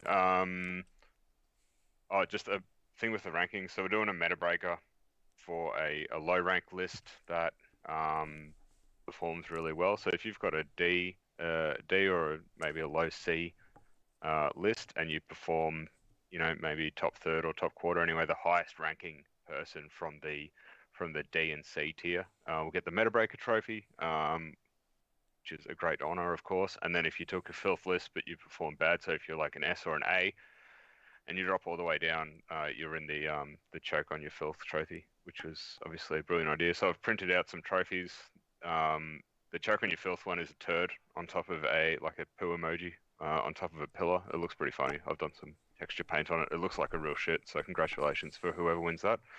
And yeah, should be a bit of fun. But other than that, it's just yeah, should be good. I'll see you all in a couple of weeks. And if you got any feedback for us, make sure you put it on the page or email it to me, message me, whatever. That's all I got. And thank you, Dean. Do you want to say anything? Yeah, I'm really disappointed. I've had to pull out of Border Wars, which is I'm absolutely gutted because I was so looking forward to this event. But I'm happy that I got to sort of be a part of this show and got to participate this way. And yeah, hopefully it'd be interesting to see after we get the results from the tournament to maybe go back and watch this video and see how good our guesses were for how the lists went. I'm interested to have a look at that. Yeah, for sure. That'd be. We could actually probably do some stats on it. Yeah, see how good we are. All good. Now we'll wait and see the Honest Wargamer can do a review on it and see how wrong we were. Yeah, exactly. Well, thanks for everyone who listened and who's going to watch it at another later date. And yeah, hope to all see you at the event. Thanks a lot. See you. Cool. Thanks.